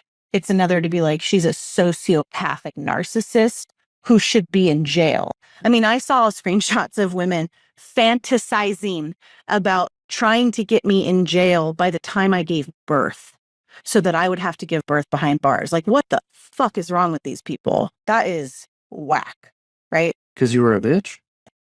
Because I'm a sociopathic narcissistic cult leader who harms and is a scam and a predator, and I'm every single bad possible thing you could say about it. It's okay. Anyway. Okay. Love free birth, hate Emily. Yeah. is the motto. Love the things she's created. Right. Hate her. But she is the worst. Yeah. So obviously, nonsense. But that doesn't mean there wasn't a lot here for me. There really was. And we, in my business, have made so many moves and up levels and filled so many holes. And oh my gosh, just it inspired the rebrand of MMI, which we'll talk about next week, which is so much better now and feels so much more in alignment. It really was the nail in the coffin to us feeling complete here. It wasn't what opened it up. But yeah, I mean, we've known for a year, but of course the families that have moved here that now hate us and talk shit about us online, of course that impacts how we feel about living here. Of course. That makes complete sense to me. And knowing that the festival, that was another piece that has nothing to do with this, right. That I knew I was done with the festival after last year just because of the sheer amount of effort it takes and that it doesn't profit. And maybe it could if I kept going, but it costs a lot to put the event on the way I like to put it on, which is pretty bougie. And it doesn't profit. It's an enormous tax on our family. Yeah. We spend a long time on it. It's also a joy, and it's another thing like the school. We love it and we love doing it together and we're very proud of it. And it changes women's lives and it's so special for our kids and there's so much good to it. But I knew that wanting to simplify my life, our life, minimize our entities, focus on our children while they're young, doing this huge event mostly on my own year round just didn't make sense, especially when it doesn't bring in any money. It's another heart project. Yeah. So, and it's kind of hard on our neighbors, some of them. Yeah. We have great relationship with everyone around here. And, we're just in a small little town on a dirt road. And we then care about their experience in relation to us. I mean, that's not why I would still do it and they could deal with it, but we do care. Anyway, so yeah, I'm totally aware of how the optics can get spun, but I think that's a part of being in the public arena. And you have to be internally resourced and stable. I can't imagine caring what strangers think. That just sounds really exhausting. And I don't know how I would get anything done. But anyway, so we got really clear on the heels of kind of digesting this awful, smear campaign, attempted takedown that involved people that I cared for and that our family had cared for and been generous to. that was really shocking. And obviously there's no words for how shitty that is and how hurtful that is and how disorienting it was. But again, it was like the smack I needed to be like, get your head on straight, catch up. There's been something in me that has been very resistant to acknowledging the power dynamics and the way women pedestal me and the fangirling that I experience. And I really saw with this new iteration that I actually can't afford to not take that seriously anymore. And so I started saying to him, how do celebrities raise their kids? How do celebrities buy homes? How do famous people, defining it by one-way relationship, how do they do stuff? Like, what does it mean to be private?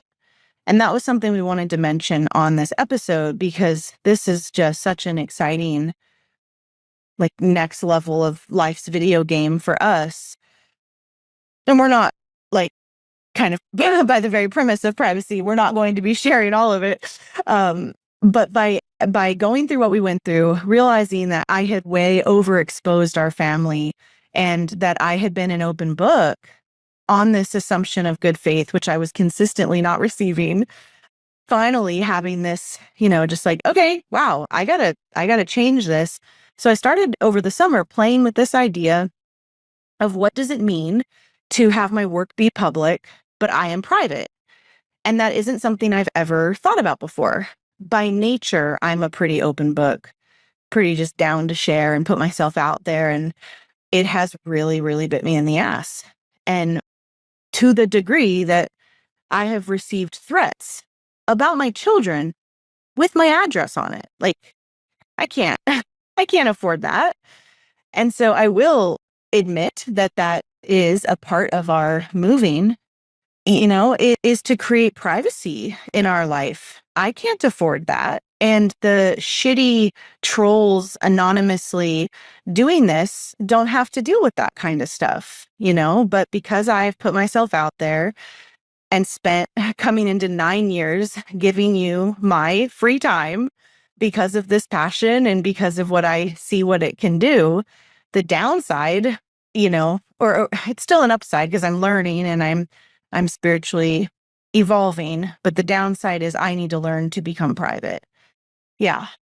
So that's the journey we're on right now. And we have found really amazing advisors and allies that have taken us under their wing to teach us all sorts of stuff. I mean, not just how to buy a home privately so that we can't get doxxed again, but also just what does it mean to practice discernment? Like at the festival, everyone's asking where we're moving to, and I'm just playing with saying we're just keeping it private. Of course, it will be revealed at some point. Like, it's not Probably. Of course. I mean, because I'll do retreats and not out my house. But you're not going to give a bunch of people the address and No. directions to get No, here. I'm not going to do membership sleepovers. I'm not going to do a gathering. Our home will be private. We don't even want to get mail there. I mean, it's exciting. It's like a fun new learning. The way we're conducting our businesses, we're learning all about trust and business trust and family trust. And that's all really, really cool. And a whole nother level of, becoming sovereign that we're now ready to learn about and take on. Restructuring our businesses, closing entities. And just using discernment. Like, I have these two different mentors that, have held me through all of this. And both of them, they don't even know each other. And both of them have said the same thing. They're like, Emily, you don't vet. Like, you have to create levels or layers of someone before they get to be in your home or whatever, be at a high touch, event or whatever. So I feel very humbled by what's happened and also so inspired by it. I mean, the ways that I've cleaned up my business, like leveled up and just kind of filled some immature holes that I didn't even know about, and the ways that I've restructured my business and learning new boundaries. It's just been awesome. It's been really, again, like that Phoenix, archetype I brought up at the beginning. That's what it's felt like. And it's felt like that's been the work of this pregnancy, actually. Yeah. It's like, burn it down. We use this question that my mentor pitched to us a long time ago of just, does it match? And just using that everywhere. Does it match to be in this town? Does, this shirt match? Does owning this property match? Does owning all of these things match? And having the courage to say no, because that leads us into something I wanted to mention before we wrap today, is I learned this concept. I went to a women's retreat with one of my mentors, and it was all about alignment. And one of the things they taught us was from this book, Quit, which I highly recommend. And it's this concept of the sunk cost fallacy. And so you might be familiar with the term sunk cost, but the idea is that as humans, we get so attached to where we're sinking our energy, money, time, whatever. And the sunk cost fallacy is that we will continue a attachment to doing the thing or making the thing happen way beyond the time that it was actually most healthy to quit. Because of the level of investment, either time, money, heart, whatever, into it, you put a higher value on it in your mind than it actually should hold. And that's been a huge theme for us right now in assessing. Everywhere is sunk cost. Assessing mainspring and our vision. Of what this life here was going to be, or what we thought it would be, or how deeply we invested money, time, hearts. So much money. And ego, identity. Time. Well, that's part of where the fallacy comes in. Yeah. Is it starts to become identity and that should we let it create the conditions for us to hold on to it longer than we should. And that's what happened with this past year. Yeah. We knew a year ago that it wasn't a fit, that it didn't match. And because of the sunk cost, we stayed another year and sunk more cost. We put in a pool. We spent a bunch of more money doing other things and should have quit when we knew. So that concept has helped us a lot. I see, of course, people do it in marriages. We're 15 years in. I'm not going to start over with someone new. Oh, sunk cost fallacy. It's everywhere. And yeah, that concept, we've just really tried it on. And it does take courage to face that. There is ego attachment. Since I've announced we're moving, so many strangers on the internet have DM'd me like, you said you'd never move. Like when I sent a newsletter out, all these people will write in, like basically like explain yourself, and it's like, well, the answer is courage to say, does this match? And is another line that my mentor gave me is, what does life want of me? And that gets to change. Mm-hmm. It gets to change, which is so relaxing, actually. If you're courageous enough to let it change. I do love that land. Me too. Really special. 5 years of vision and love onto that land, and it doesn't match. And you can't move land. Yeah. We don't want to stay here. Match. Yeah. Someone else will love it too. I hope so. Yeah.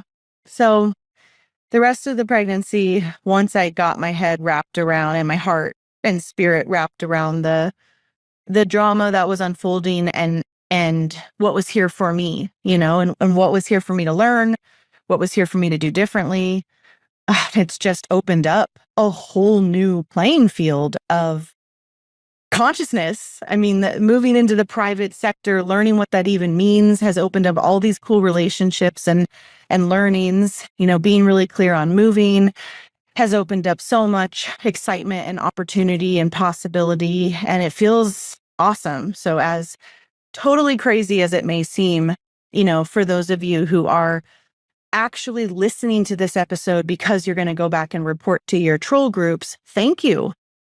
Really. Like, also, I hope that you discover more mental health and happiness, but thank you. And I accept you, and I accept that I have people, gunning for my failure and my collapse, because it offers me a level of accountability and maturity and growing up and continuing to hone my commitments that I wouldn't have without it. And I discovered that with all of the different smear campaigns over the years. And, everyone who's more famous than me that I know is all like, welcome. We've had one of those groups for 5 years, So part of this is just very personal evolution of my own, resources, and learning to live with projection and with the pain and woundedness of so many women. I know what I'm doing is extremely radical for a lot of people. I know that seeing me as a happy, healthy, successful, woman holding this torch out on the edge, like, makes people's brains fry. Yeah. And so thankfully I have the tools that I have and the support that I have internally and externally to keep learning what I need to learn and stay on track and stay on purpose, which I feel very aligned with consistently. So beyond that, the end of the pregnancy was the festival, which was amazing. Oh, Best one yet. God, it was so freaking good, to the degree that I was like, am I crazy to stop doing this? It was so beautiful. It was so flawless.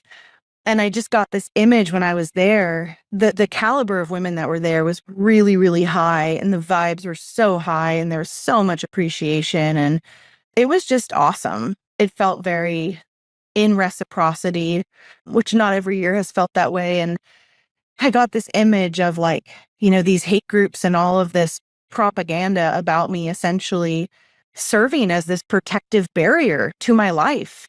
And lots of women got near that fire ring, let's call it, and they wanted nothing to do with it. We had women who had tickets, email us saying, now that I know you're a baby killer, charlatan grifter who lets the toilets overflow at the festival, and just like Pick people out for wanting ice. calls the cops on them. Yeah. Like, think, women. Never Think. happened. Of course it never happened. Think for yourself. Does that make sense? Anyway, but some women who clearly aren't very good at critical thinking or thinking to the logical conclusion of a scenario, it did keep those women away, which I'm so grateful for, because all the women that were there, they knew about the nonsense that had popped off, and they chose to walk through that, fire and be close to me. And you could just feel it. It felt so good. Yeah. So thank you to all the women that were there. You really filled something in me that, had been hurting and feeling a little insecure, I guess. And that was really vitalizing. And I was so pregnant and so uncomfortable and so itchy and so hot, and worked so hard, and it was so worth it. So yeah, now we're at the very, very end. I mean, this is our 40-week wrap up, and birth is on the horizon, and things feel chill. Finally. We're rolling into a chill season. Yeah, which is so deserved and has taken a lot of effort to coordinate. We're going to use the shit out of that pool. Yeah. I mean, I just work naked outside while taking dips with my kids. It's pretty nice. Yeah. Anything else we should say before we move into the AMAs? The bony little baby. I feel excited and intimidated to give birth again. It felt really real once Sister Morningstar and my friend Kate Varsava wound up doing this spontaneous, totally unplanned, impromptu mother blessing for me underneath one of the bell tents at the festival. And it was just us three. And then it turns out that there were all these MMI students around me that I didn't even realize. And they, listened to the baby and felt the baby, and we felt her head, and they sang to the baby, and it really brought the baby more online for me in a very real way. And it was so sweet for me to get to be the wombful receiving woman. Obviously I just am outpouring love and support to pregnant women constantly, literally every day of my life.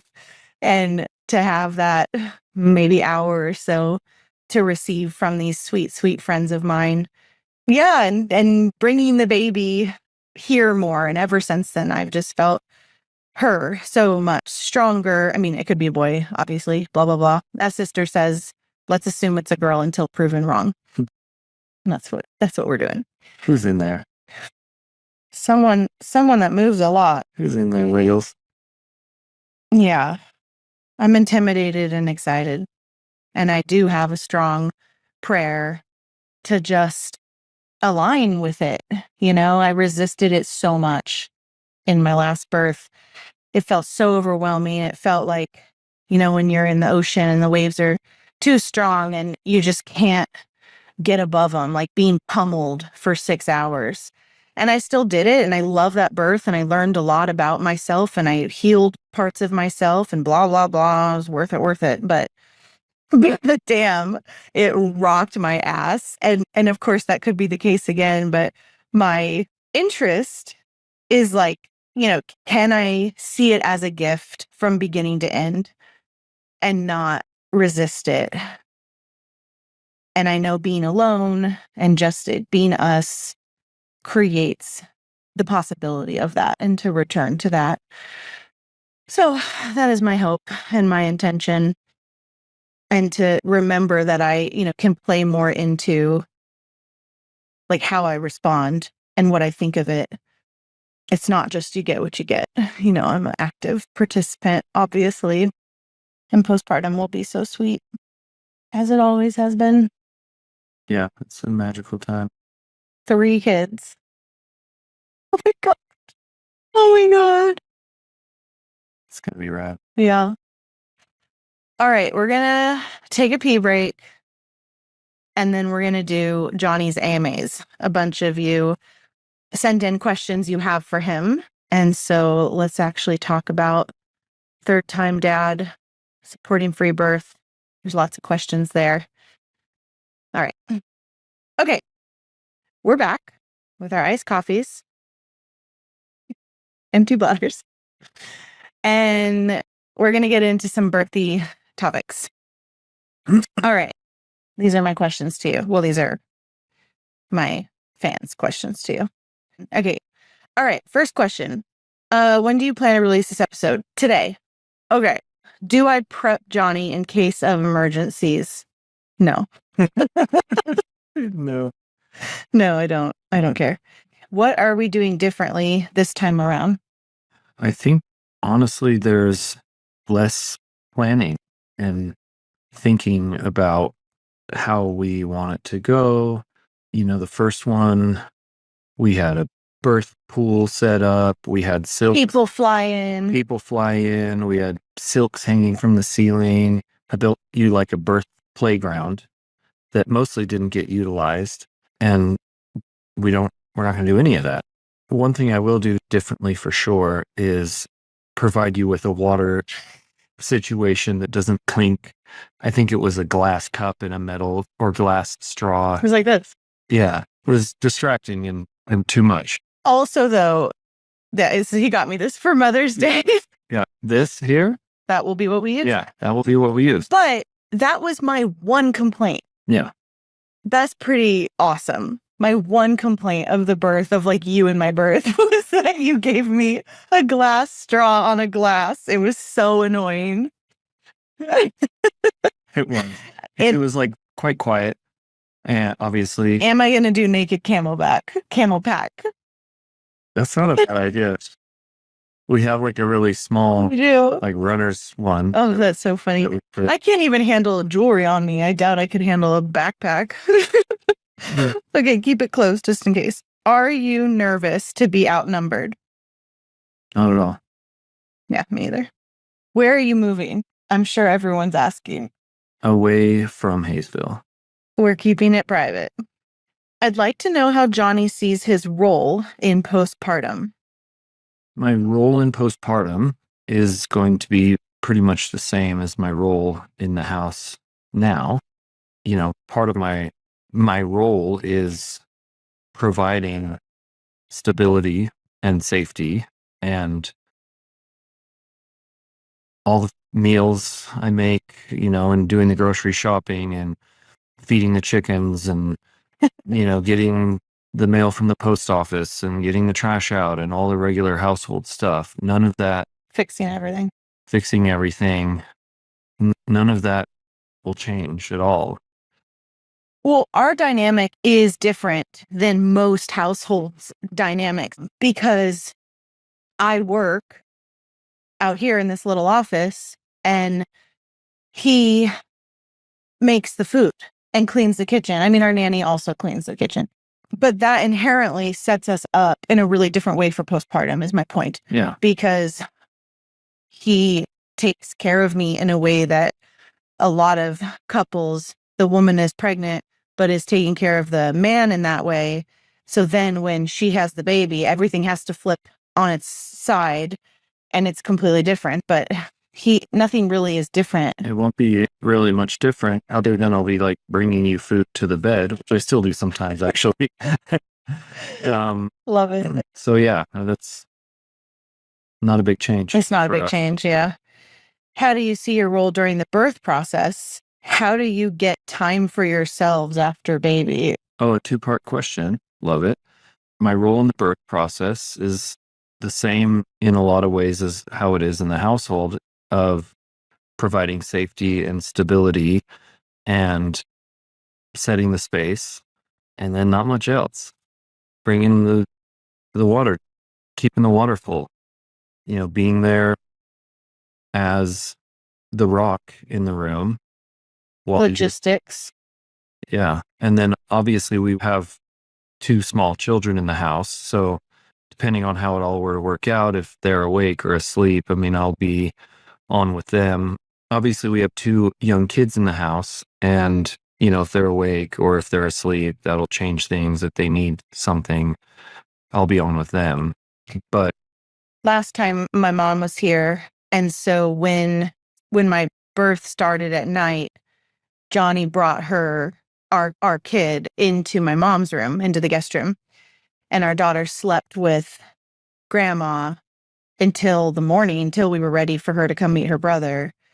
And we're not doing that this time.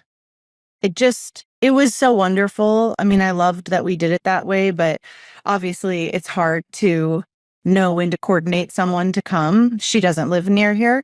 And so she wound up coming around 40 weeks. Around 39 weeks. And then I think I birthed around just past 41. And so she was here longer than we anticipated. And she's so lovely, but also we just kind of wanted our own space and our own flow. And yeah, it was great, but we just want to try something different this time. And I love the idea of just not planning anything. Yeah. That just sounds so chill. She happens to be in town this week. Yeah, so she's here right now. If labor were to start, yeah, she would be here. Again, but most likely she'll be gone. And then just come back at some point. I'll just move the kids to the spare room because they sleep with us. That's my suspicion. Yeah, because we're all 4 in our bedroom. My suspicion is when I want to get loud, I'll want you to move them. Yeah. Because I'm guessing it'll be in the night again, but what do I know? And our daughter is back and forth, but she's been saying that she wants to be there for when the baby actually is coming. And so I might go get her, these are all minor details. My real role is to be the rock and to set the space and to do what's needed. Yeah. Which in some ways is not much, and in other ways it's everything. Yeah. Yeah. Well, the presence is everything. Mm-hmm. I'm mostly just witnessing. Because it is just, if you're first time, parents listening to this, like she's just got to do it. There isn't that much that the partner can offer, but being there with the water, helping her out of the tub with the towel, setting the bed, redoing the sheets, getting her food afterwards. These are small, obvious things, but they are very important. They're very helpful. But just having your presence was so critical to me last time. All right. What would you want a first-time dad to know before birth before he supports a free birth? Well, I mean, I think my advice would be to not feel like you need to do much at all. I mean, it circles back to the previous answer of the small stuff, which is intuitive for me, and maybe it's not for every guy, but of, towels and reset the sheets and just sort of being there as support. But there isn't any real coaching that needs to happen. There's nothing that I can tell her about what needs to be done, but keeping her hydrated, there's not much else. It's going to be okay. And yeah, but what would you want a dad to know? Not advice. What would you want him to know from you that you know about witnessing birth that he doesn't know yet that would help him? It's going to be okay. it's going to be okay. One thing that was surprising to me was actually how mellow the whole process was. We get this idea in our brain of this big dramatic to-do, because birth is always painted as this hospital emergency. But that has not been my experience with free birth, is that it's actually more calm. There is a crescendo that can be somewhat dramatic at the end, but it isn't. The whole process is actually kind of boring from our seat. And, mama's working for however long, many hours usually, and that is a pretty slow burn. And it's not going to be rushed. It isn't something that you need to be frantic about. It's a calm crescendo. So Is that it? I keep looking at the wrong place. That's your big advice. That's your big, what you want him to know. Yeah. That it's not chaotic. That it's not chaotic. It's not an emergency. It's also not about you. Yeah. That's helpful. That is helpful. Like, you get to have your feelings. You get to be nervous. You're there and you matter, but it's hers and it's her work. And the more that you understand that in your role, the better it goes. Yeah. You're supporting cast. What reflections from the first two births are you bringing into this one?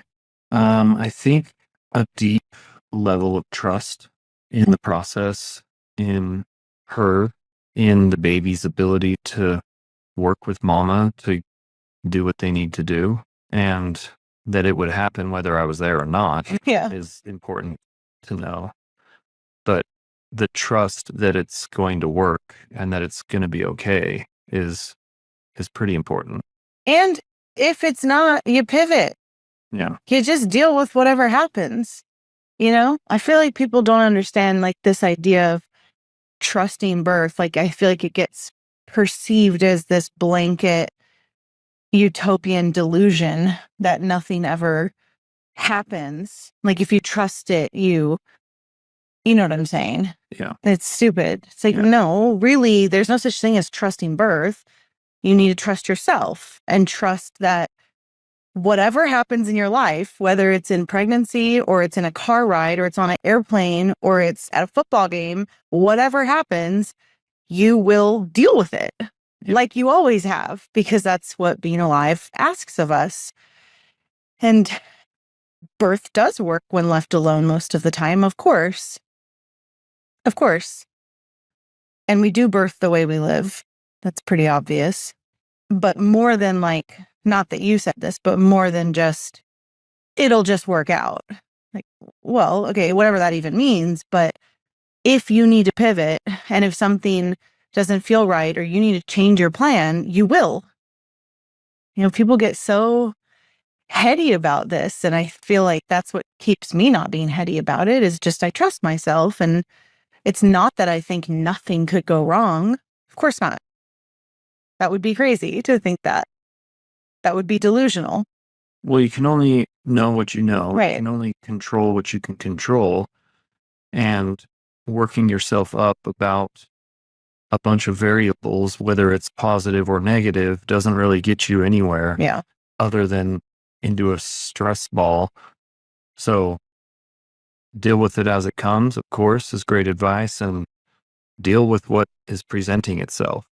Have you felt scared in either birth? No. I remember feeling some nerves coming in to our daughter's, your first birth, but certainly no fear. And I may have been the least fearful one yet, actually. And it was also, again, I was surprised at how undramatic it was. Yeah. And Even when I made it dramatic. yeah, it took way longer than I had expected. Yeah. And so the nerves can wear off, the acute, tension that can be there at the start. You get into hour 6 or 7 and it's like, okay, it's not, yeah, I didn't really feel any fear. All right. We have to go. We have another meeting. Do you want to say anything else before we close? No. Okay. This was really long. A never-ending topic. We'll have you back on for the 4th. Thank you. Love you. Love you. Thank you. Season 9, baby. All right, women, I hope you enjoyed the show today. You can support this podcast by donating to it through the link in the show notes below. And of course, leaving an awesome review on whatever platform you listen on. The more reviews, the more visibility the show gets. So let's spread the good word of free birth. Don't forget, you can watch all of my podcast interviews on YouTube and see the women as they tell their birth and power stories. And you will also find our viral free birth collection of epic raw birth videos on our YouTube channel, so make sure you're subscribed. We always have a lot going on at Free Birth Society, and you can find out about all of it at freebirthsociety.com.